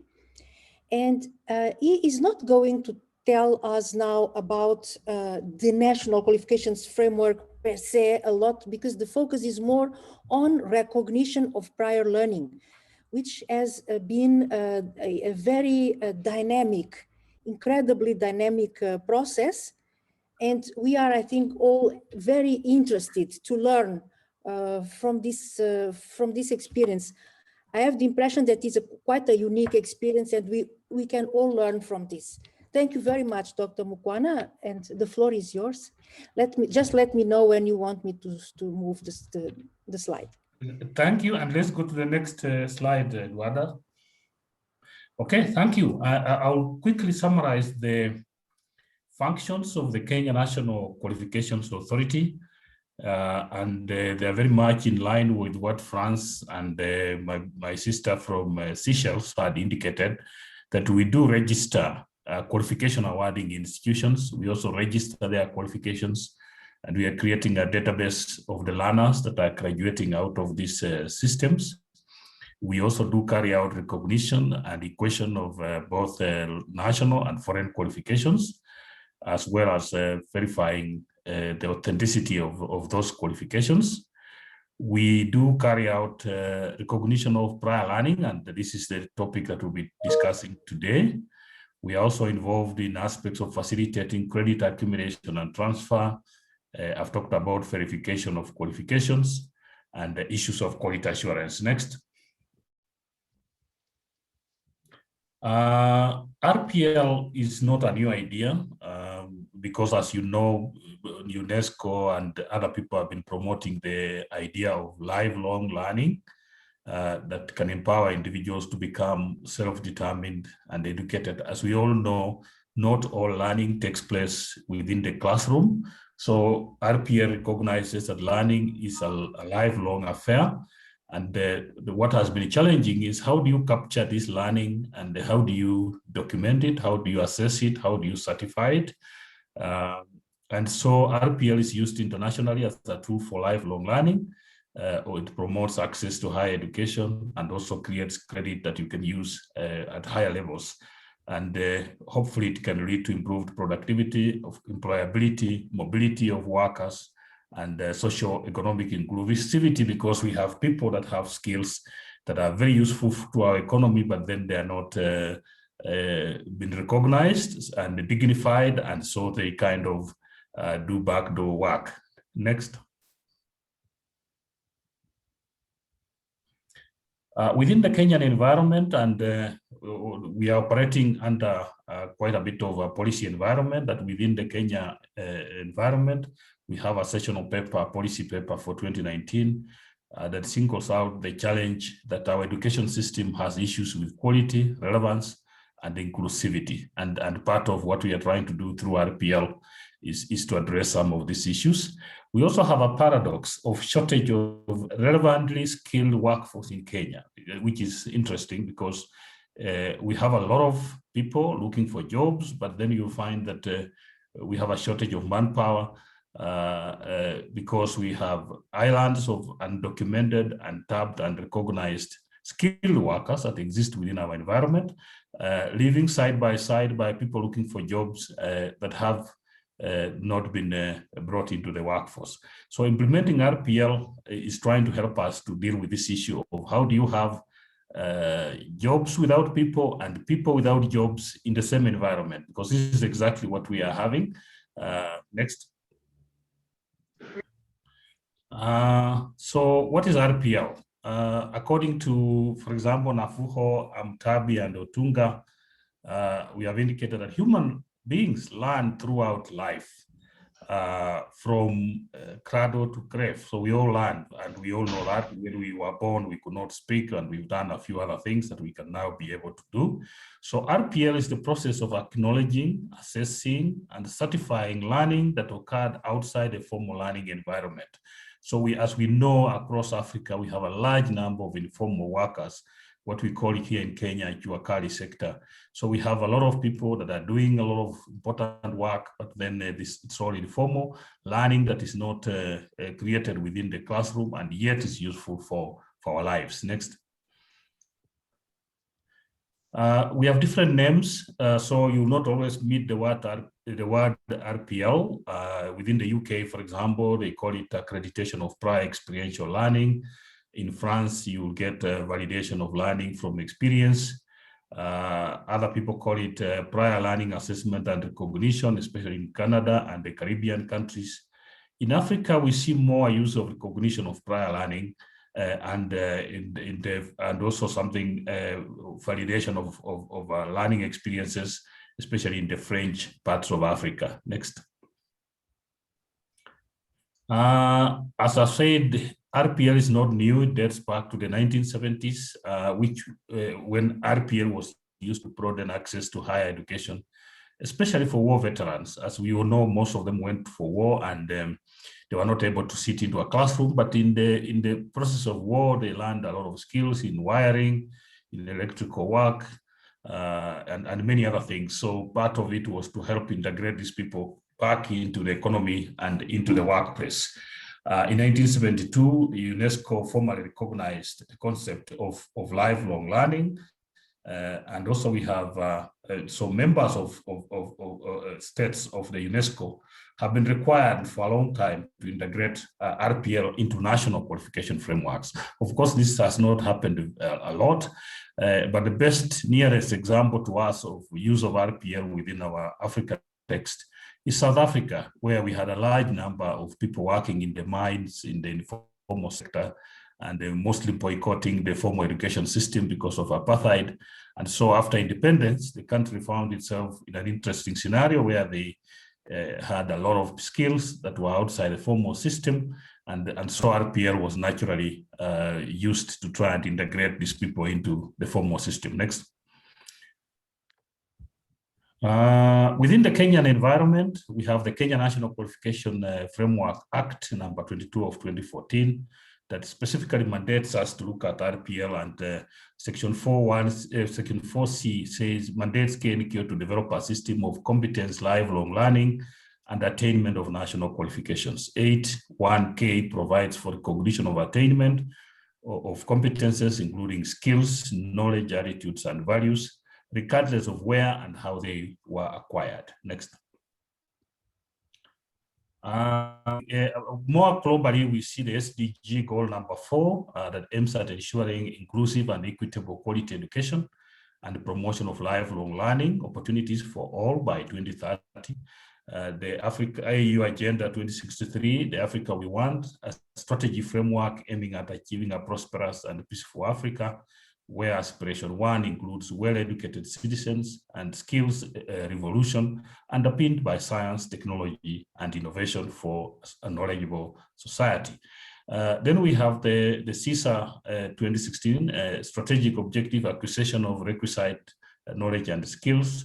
I've already talked about the sessional paper in Kenya. The ILO, International Labour Organization, has also long promoted the use of RPL in Africa and other places. Next.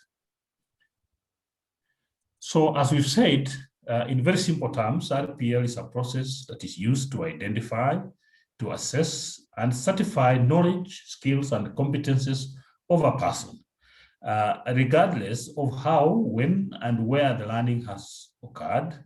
And also assessment is done against a prescribed standard.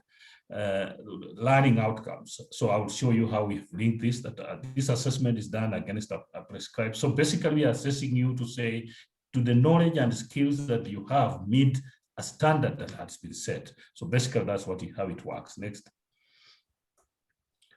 So recognizing what? I think it can get very confusing. We're saying what we recognize are learning outcomes. We recognize qualifications. There could be part qualifications. There could be credits. There could be exemptions. So, and for what? And for whom?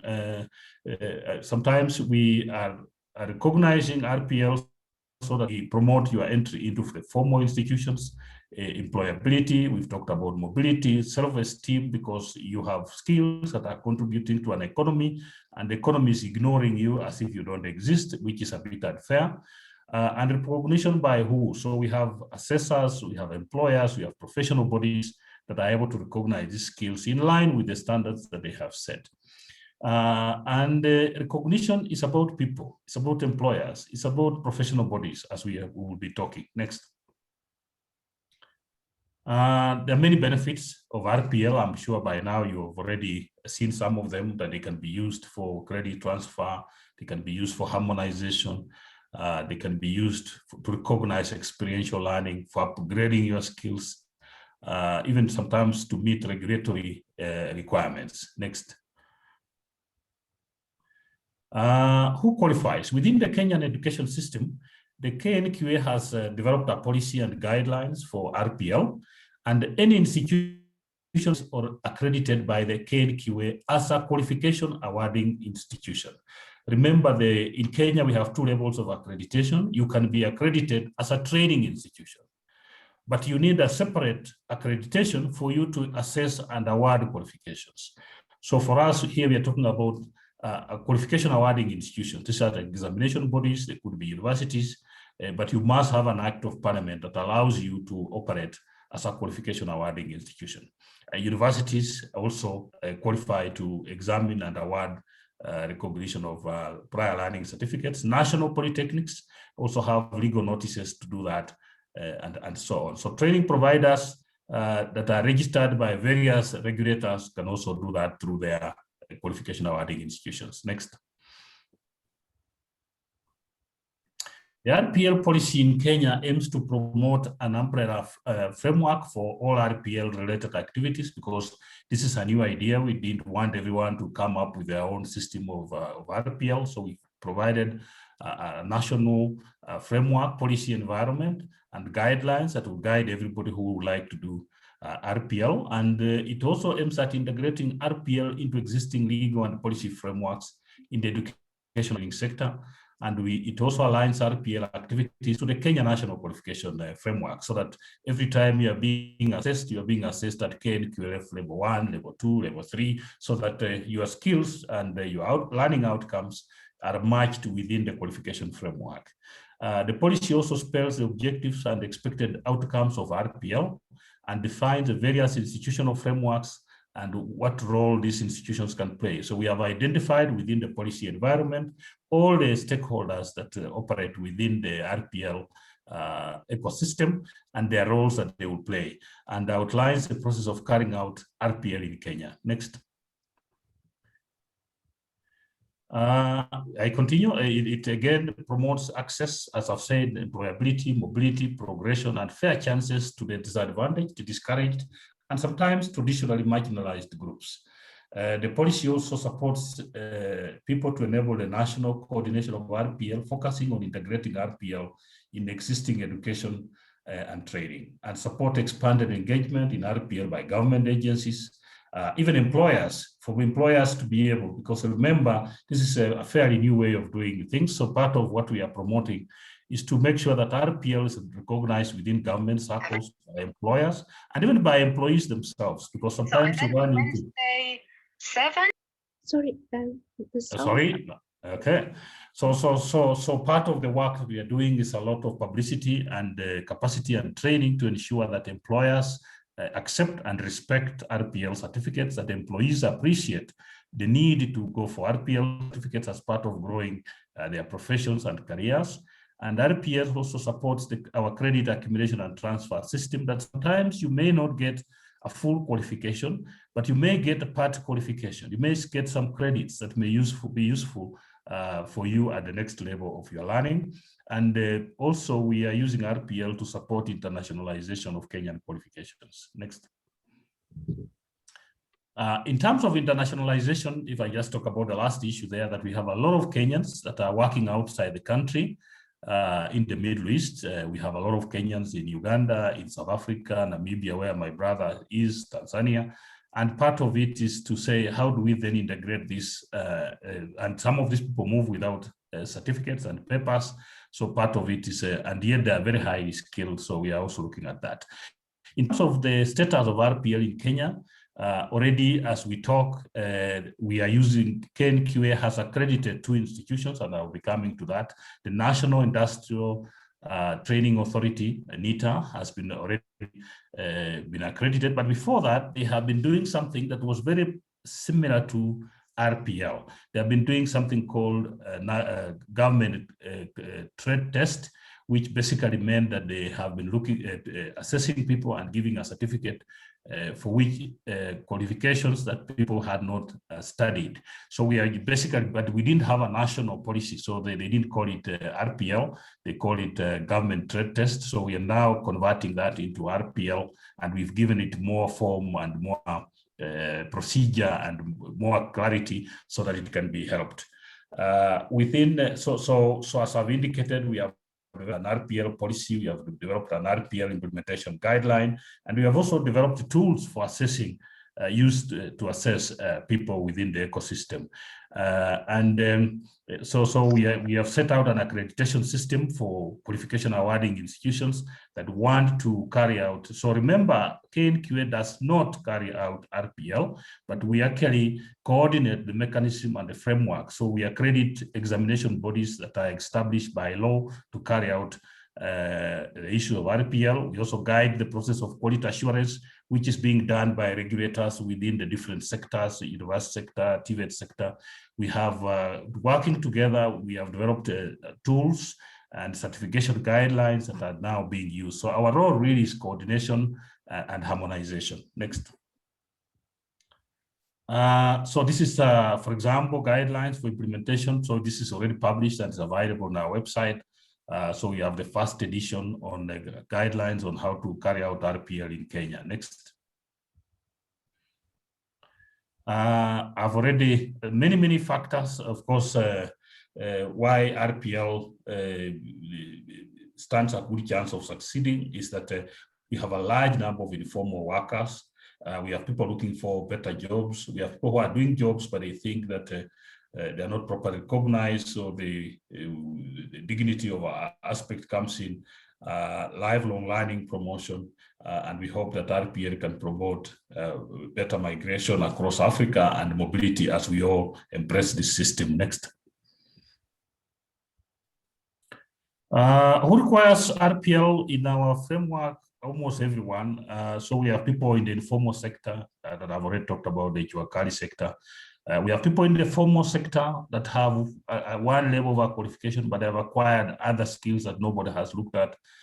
We have a lot of retirees, especially from the military. Currently, we have a policy within Kenya where people retiring from the military and the police can be used to train in the TVET sector, because these people have a lot of skills in motor vehicle mechanic, in plumbing, in masonry, in carpentry.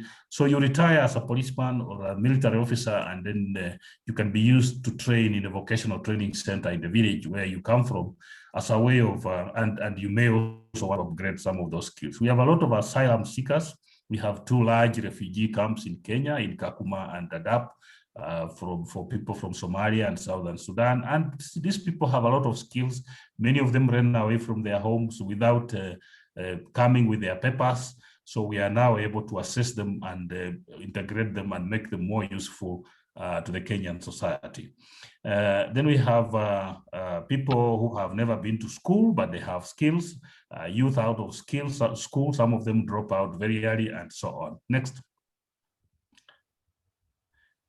This is the RPL ecosystem. It's quite complex, as I've indicated. So KNQA is at the center of it, but we have aspects of basic education. This is primary and secondary education. A regulator there called Education Standards and Quality Assurance Council, SADCOF. So we work with that whatever quality assurance mechanisms we have developed are implemented. Then we have the TVET sector that is quite critical, then the university sector, and then we have professional bodies and then we have work-based learning. Next. Again, I think this just explains again, we have the TVET sector, professional bodies, basic education, university education, and then we have international partners. I want to indicate from the word go that our work in RPL has been supported quite heavily by the International Labour Organization, Young Africa Works, which is a MasterCard foundation, GIZ. So really, we have quite a big supportive environment for this process. Next. And here, as you can see, the government is playing a big role, and as we have indicated, as education and training providers, we have employers and employees that need to come in. We have trade unions that have to recognize the skills that these people are getting. We have NGOs, the industrial sector, where people are doing work-based learning. So all this is important for our work. Next. This is the institutional arrangement. So you have Government of Kenya, Ministry of Education, where we are located. We have the KNQA here, and we have qualification awarding institutions, some of whom we have already accredited. We have already accredited SADCQF, which is a curriculum development and assessments and certification council. Then which basically does assessment of qualifications within the TVET sector. Then we have NITA, the National Industrial Training Authority, that is doing more assessment on industrial skills and work-based learning, and for workers that are within the industrial sector. Then we have CASNEP, this is for accountants. Then we have the Kenya National Examination Council. And then we work very closely with the regulators, as I've said, each of our sectors, the Commission for University Education, the TVET Authority, all these and professional bodies to make sure that we get an RPL system and certification system that is acceptable to all the people within the ecosystem that we are operating in. Next. And so you can see that part of what we are doing is we are not developing any curriculum for RPL, but we come up with occupational standards and learning outcomes, and then people are assessed in terms of how they are able to meet the expectations that are set out in the learning outcomes. Next. So different institutions are using different methods, of course, and we'll be describing what we are doing. But for you to assess RPL, there are a number of things, portfolios that you look at. Some people look at employer references, so the employer is able to say, yes, he has been working with me as a plumber for 10 years and I know he can do this. Sometimes some people use written examinations where the person can be able to write. There's oral assessment for people that may not be able to write. There are interviews, essays, portfolios, some project work, recommendation letters, and especially the portfolio, which is more like a detailed CV, is very, very important. It's the most commonly used process, and I'll be describing a bit more about this. Next. So if you look at, there are many things, as I've already indicated, that one can look at when you are looking at RPL. You could look at an academic report if somebody is in academic environment. There are training certificates that people may have gotten, short courses, long courses, medium courses, diplomas, contracts, job descriptions for jobs that you have done, CVs for yourself, and an analysis of what has been done from a professional experience. So study portfolios, internship reports, and things like those. So I'll come to that. Next. Just we can go continue so that we get the whole thing working. Just continue, Edward, until we get the arrows. Yes, there we go. So basically what we're doing is you acquire knowledge, you acquire skills. Somebody assesses them, they relate them to a qualification within the qualification framework. And hopefully then this creates more opportunities for you in the formal system. And then all this is a promotion for better jobs, self-employment. And in the end, what you're looking for is more decent jobs and hopefully poverty reduction for people that are involved. Next. Within the Kenyan environment, we have several layers of management. We have the National Advisory Committee of the RPL, that is in existence. So this is our roadmap. We established a national advisory committee and also a national steering. So the national advisory committee is the policy making organ of the RPL. And then we have the national steering committee that is kind of involved with the day-to-day implementation of RPL. We've done induction of both the National Advisory Committee and the National Steering Committee. We have developed RPL tools and guidelines, which we have validated them with stakeholders. And then we have come up with accreditation systems for RPL actors, and that has been ongoing. We are doing a lot of training because this is a new area. So some people are used to more formal assessment. So we are doing a lot of assessment, solid capacity building for various people, policymakers, technical people, assessors, verifiers, and even the training institutions where students go to enroll for this assessment. We have also developed an RPL communication strategy because this is a new way of doing things. Some people think that RPL is a way of giving a certificate through the back door. So we are really trying to come up with communication tools that guide this process. And the process has been launched within Kenya. We are looking at holding an RPL conference early next year to share some of the experiences that we have. Next.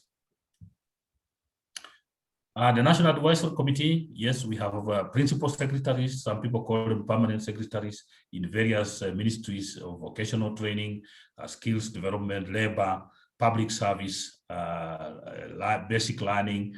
I'm also involved there, the DG of KNQA, TVETA, SADC, International Labour Organization, Federation of Kenya Employers, Kenya Private Sector Alliance, Association of Professional Societies. So you can see and these are the people that make policy, and we are currently, even already before we start, we are already looking at our policy, and we are already trying to adjust some of the areas, because when we went to the ground to do the RPL, we found that some things were not working the way we had expected. So we are again trying to review the policy environment. Next. The steering committee, again, KNQA is involved. We have people from the Ministry of Education. We have Kenyan National Federation of Juakali Association. We have the Association of Technical Training Institutes.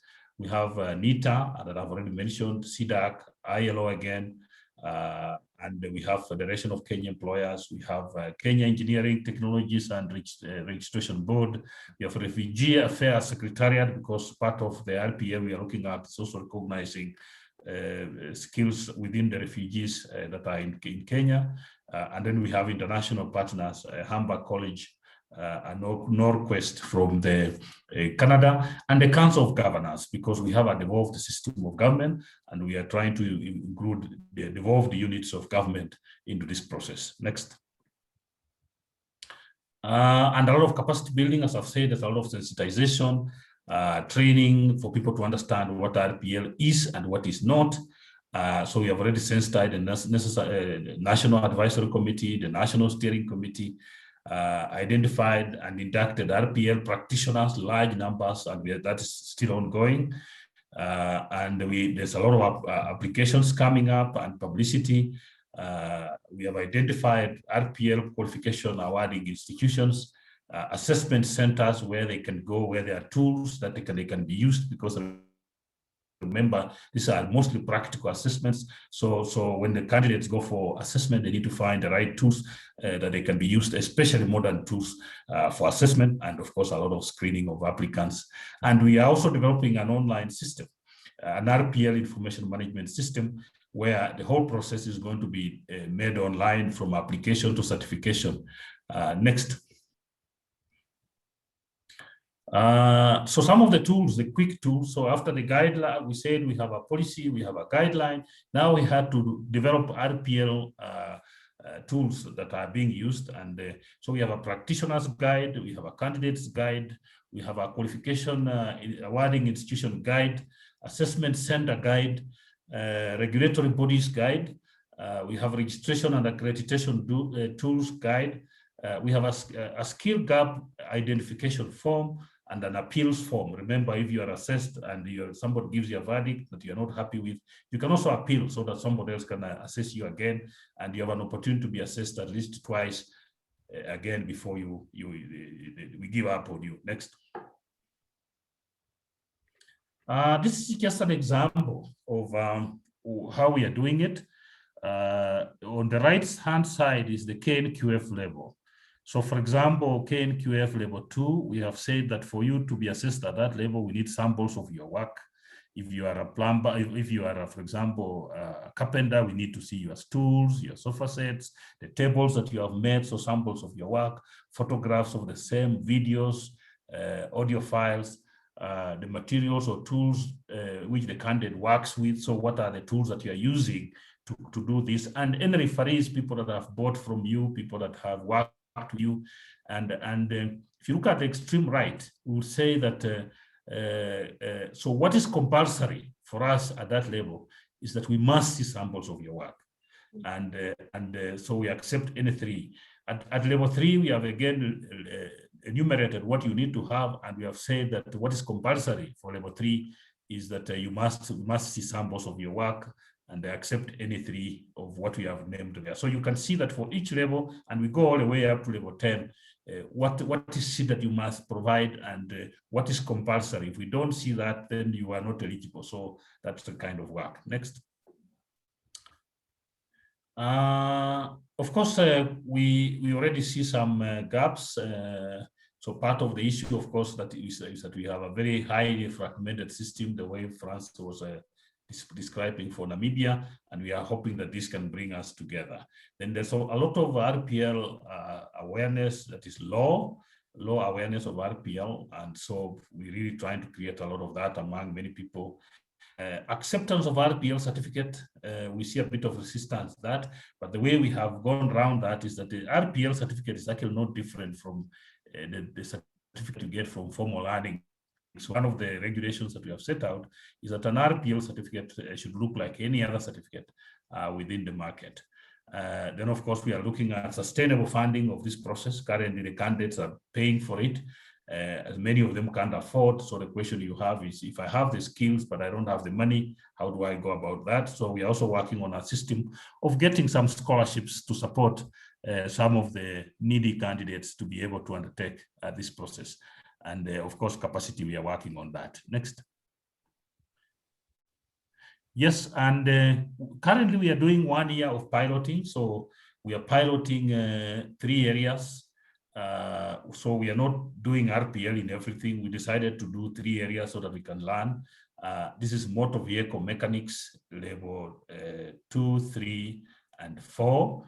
And we're also doing welding, level 2, 3, and 4 of the KNQF, and textile, level 2, 3, and 4. So we are piloting for all the accreditation that we have given. We are only doing these 3 areas, and we will be doing this for 1 year. And as we have indicated, within 2022, the year 2022, we'll have a national conference on what we will have learned so that we can share experiences before we can expand this to higher levels and also to more trade areas. Next. This is practical. This is some of the materials that we are using. These are actually pictures from assessments that we have already carried out. As you will see, a lot of it is, some of it in English. We also have a lot of it in Kiswahili. And remember, assessment of RPL is done in any language. So if you don't know English, you don't have to worry. We can examine you in the Kiswahili or in your mother tongue, whichever language you are more comfortable to express yourself. So these are assessments that we have already done over the last 2 months. These are some of the posters that we have also created out of that process. Next. Same as you see here. So we have a lot of publicity materials that we are using to create awareness about this process, both in Kiswahili, local languages, and so on. Next. Yes, I would like to thank you. And if you want more information, you can visit us at knqa.go.ke, and I've also provided our email. So we are willing to learn. We know that this is a new way of work in Africa. We are more than willing to work to share with you as you develop your systems in different countries as we go ahead. So I would like now to invite Eduarda to show us a brief video. One of the things that I would like to say before the video comes is that for you to succeed in this process, you need a lot of support. support, political support from the highest possible office in the land. I want to say that within Kenya, we have actually received support from our head of state who has endorsed this process. So really, we have a lot of good support, and it has also raised our profile. And it has also put us on our toes in terms of making sure that we develop a system that works. So let me ask Eduarda to show a short video of how our president, Uhuru Kenyatta, has endorsed this process just 3 days ago. Thank you very much. Sylvia, please, can you, thank you so much.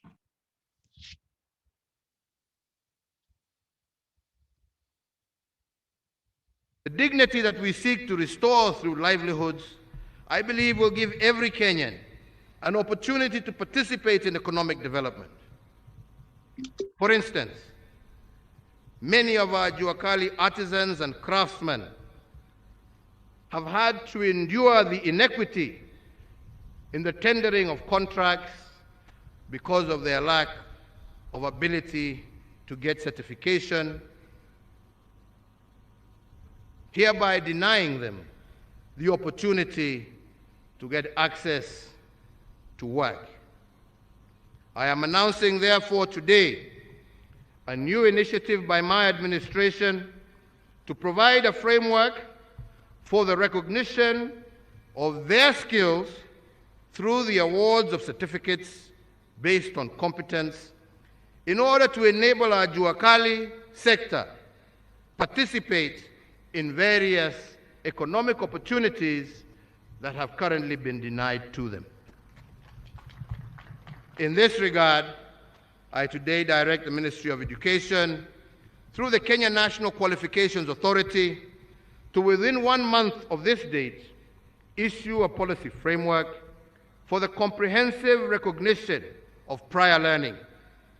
This policy intervention will expand the opportunities for artisans and craftsmen in our Juakali sector to participate more meaningfully in our economy.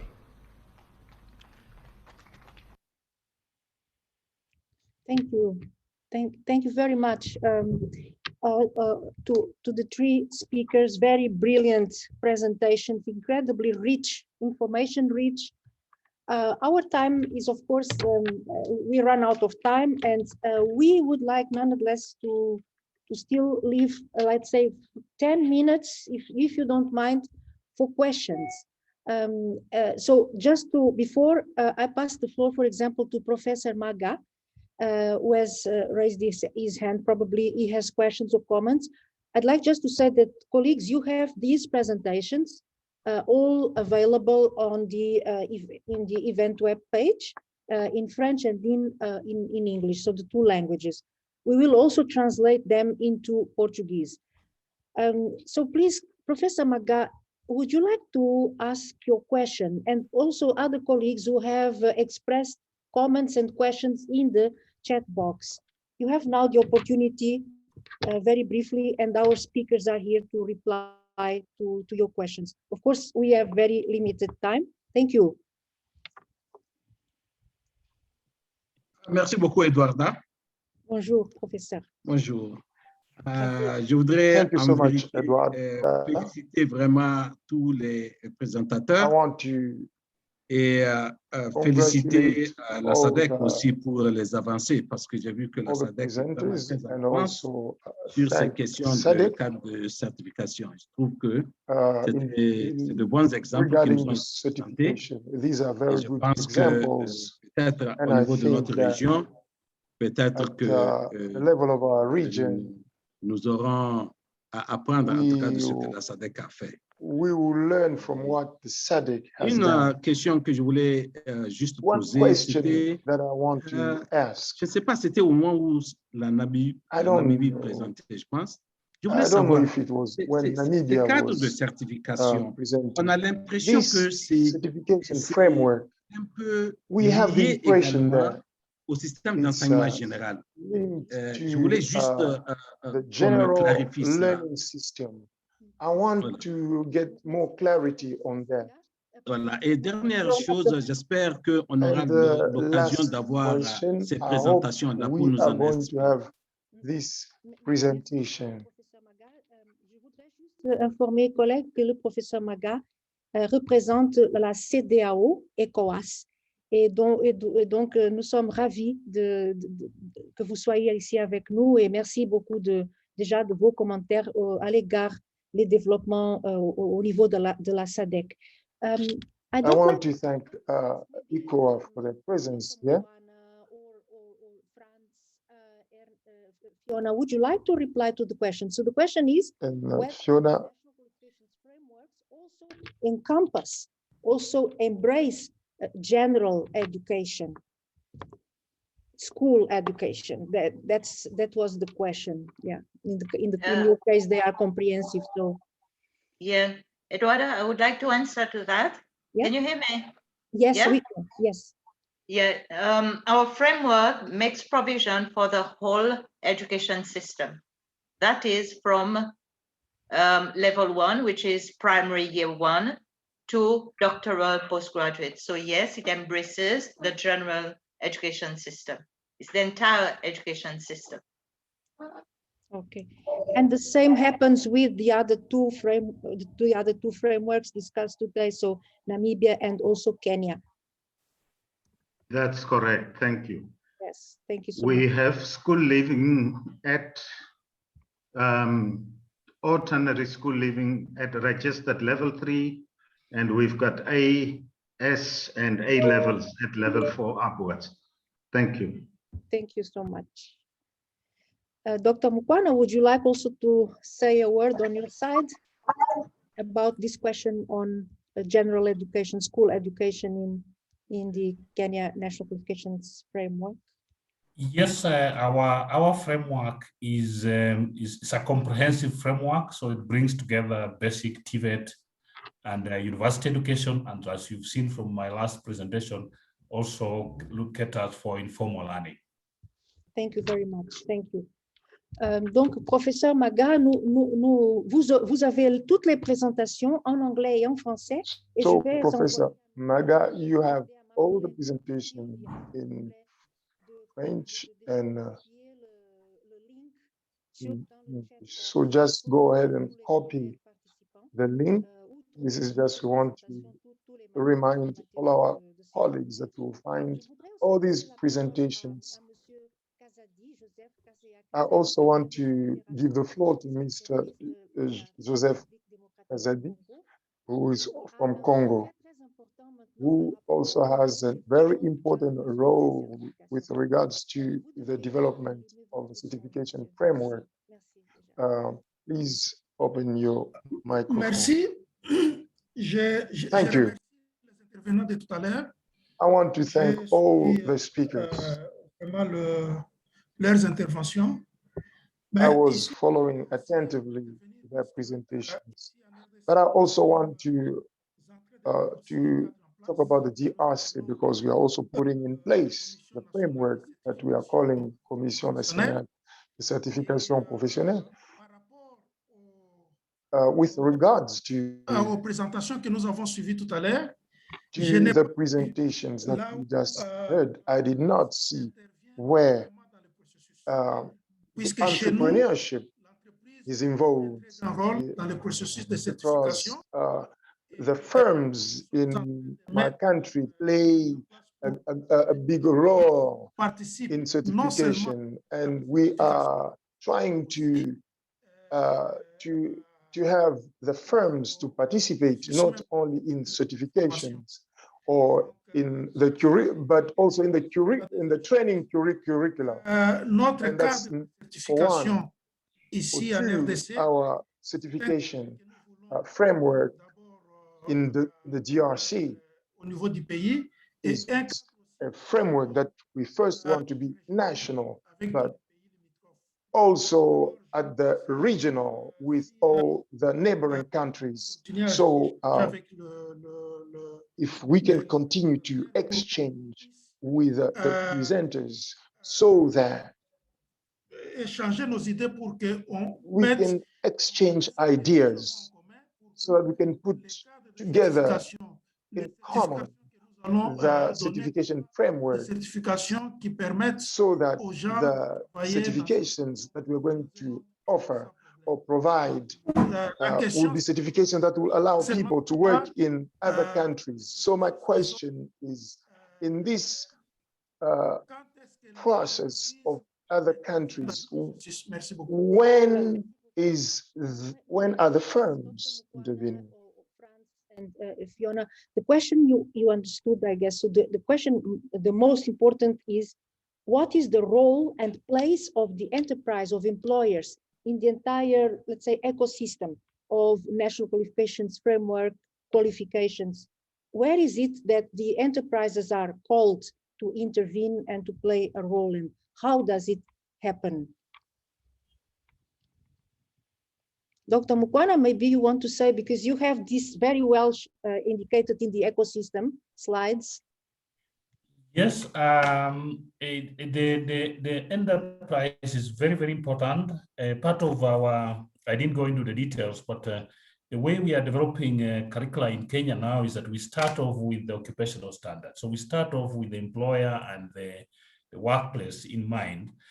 We develop, for example, now the regulations that we've set as Kenya National Qualification Authority is that you cannot develop a new curriculum in Kenya, which we will approve, if you don't have occupational standards. So you start with the end in mind. What do you want this person to do?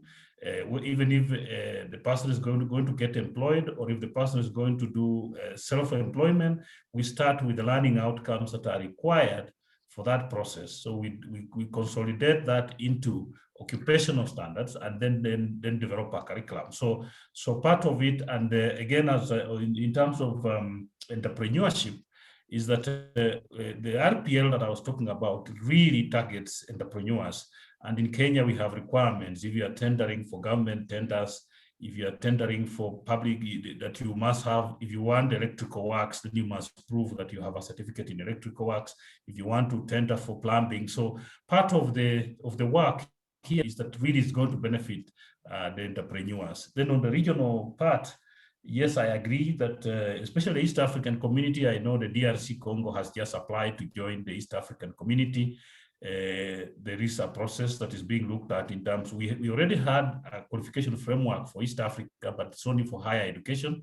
And so now there is discussions on how we can do a more comprehensive qualification framework for East Africa. And maybe this will then help. But from the Kenyan side, for example, we get a lot of students coming from the DRC Congo. Every day we see 20 to 15 new students that want to study here, and they bring us qualifications from there. And it will be good to have more discussion with you on how we can make that process easy, because you know most of those qualifications are written in French, and we have to get them translated and so on. So that is something that we can engage. I've provided my email on the chat so that if there's something more specific, we can carry it forward. Thank you. Maybe Franz also and Fiona would like to say a few words about this question. Employers and portability of qualifications. Yes, Eduarda, we have employers involved in several different ways. First of all, before we start developing standards for qualifications, we have what we call a job analysis workshop. Mm-hmm. And the job analysis workshops is entirely for employers, so that they can help us identify the competencies required for a particular profession, particular work area. In addition to this, we use employers for the actual development of standards. Okay. And then the standards, where there are councils or regulating bodies for particular professions, these have to approve the standards. And then the programs, the way qualifications are developed, there is a component that we call work-based experience. Okay. So for this, it is employers that are involved. You see them now involved in training, shaping the learners so that they acquire the competencies that employers require. Okay, thank you. Thanks a lot, Leonard. It was very clear. If Franz also would like to say 2 words additional to what you already said on employers' role, place, interest, importance, matching the two sides, supply, demand. Well, yeah, that's at the heart of it in terms of when we plan for human resources development, as well as the development of qualifications. The framework is that link, conduit between the world of education and training and the world of work.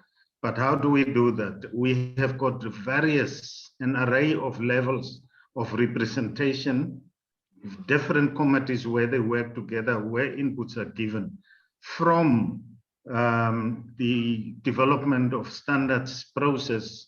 We use the industries, the employers also as for subject matter experts targeted. And also on the council, we have got employers and the organized industry represented on our board. So it's a principle to which the NQF must subscribe, and we don't do registration of qualifications unless proper consultation has taken place. We have had sight or seen the minutes or the reports of such consultation, etc. It's important that employers buy into this, because one of the reasons why qualifications frameworks at regional and continental level are linked to regional economic blocks is exactly because we want to link the world of education and the world of work. And that's what we set out to achieve through all our processes of consultation. Thank you. Thank you very much. Our time is really at the end, and nonetheless, I would like to ask if there are additional questions, any additional question, or maybe any reflection that is coming out of the chat box. I saw that our colleague Brigitte Bouquet, representing the French, let's say, National Qualifications Framework, France Compétences as the institution in charge, has written a comment about validation of learning, validation des acquis de l'expérience. Maybe, Brigitte, would you like to explain a little bit the point you have made? Because recognition of prior learning, validation des acquis de l'expérience was a very central topic today in our webinar, and you have a point you would like to make, and we would like to understand a bit better from your perspective. And I want just to say, Brigitte is always a very permanent participant of all these webinars since last year. If you are still here, I don't know, Brigitte. Yeah. Okay. If not, then I just would like to ask if there are any additional comments. If not, I just would like to say in 1 minute, not more, a few concluding remarks. So this webinar had some differences compared with the previous webinars of last year. There was a very clear understanding, a very clear presentation of national qualifications frameworks as ecosystems, working in their ecosystem. So we had a very clear understanding from the two first presentations about NQF linked with quality assurance, with recognition of prior learning. We also heard about governance, ecosystems and governance of national qualifications frameworks. And in certain cases, it is not an easy not an easy question because of the very wide representation and sometimes also fragmentation, even in terms of policies and legislation. So this was, I think, a very strong point that came out of all the discussions today. I think the very strong, clear, and even colorful, let's say, presentation on RPL in practice, the spirit of RPL, the benefits of RPL in the case of Kenya, was also let's say, a very important added value to the knowledge that we have been discussing throughout these webinars. And thanks very much to the Kenyan National Qualifications Authority for coming and sharing with detail in a very comprehensive manner all this, the process, the current development. So we are really learning directly from an activity that is taking place. It was impressive also to see the very strong highest level support in the country for RPL that supports livelihoods. And I think this is also something a little bit different. So national qualifications frameworks making a concrete contribution to livelihoods, to poverty reduction, and of course to making skills and making work experience visible. The webinar was extremely rich in information, and as I said, you have all the presentations available. And our next webinar then is scheduled for the 30th of June, and you have already the agenda. It will be very much focused on two main topics. One is quality assurance, and the other one is also a new topic in these webinars of the ACQF, and it is early childhood education and development. So the basic foundations of the entire process of lifelong learning of any person. Thank you very much, colleagues, for your participation, for staying longer than expected, than planned. And we say goodbye to all of you.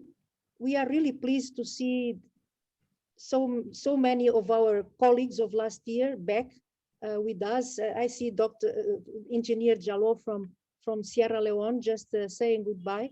He was also a very active participant jointly with this entire team of the NCTVA of Sierra Leone. Thank you very much. And I hope to be in touch further in these important sources, fountains of knowledge, our webinars, fountains of knowledge about African experiences. They are not well known and they are so rich. Thank you so much for all this learning and sharing. Goodbye, colleagues. Let us pray. Would you like to switch on your cameras and we take a last screenshot? Thank you. I see all of you smiling. That's good. Thanks, colleagues. Thank you. David, you are, merci.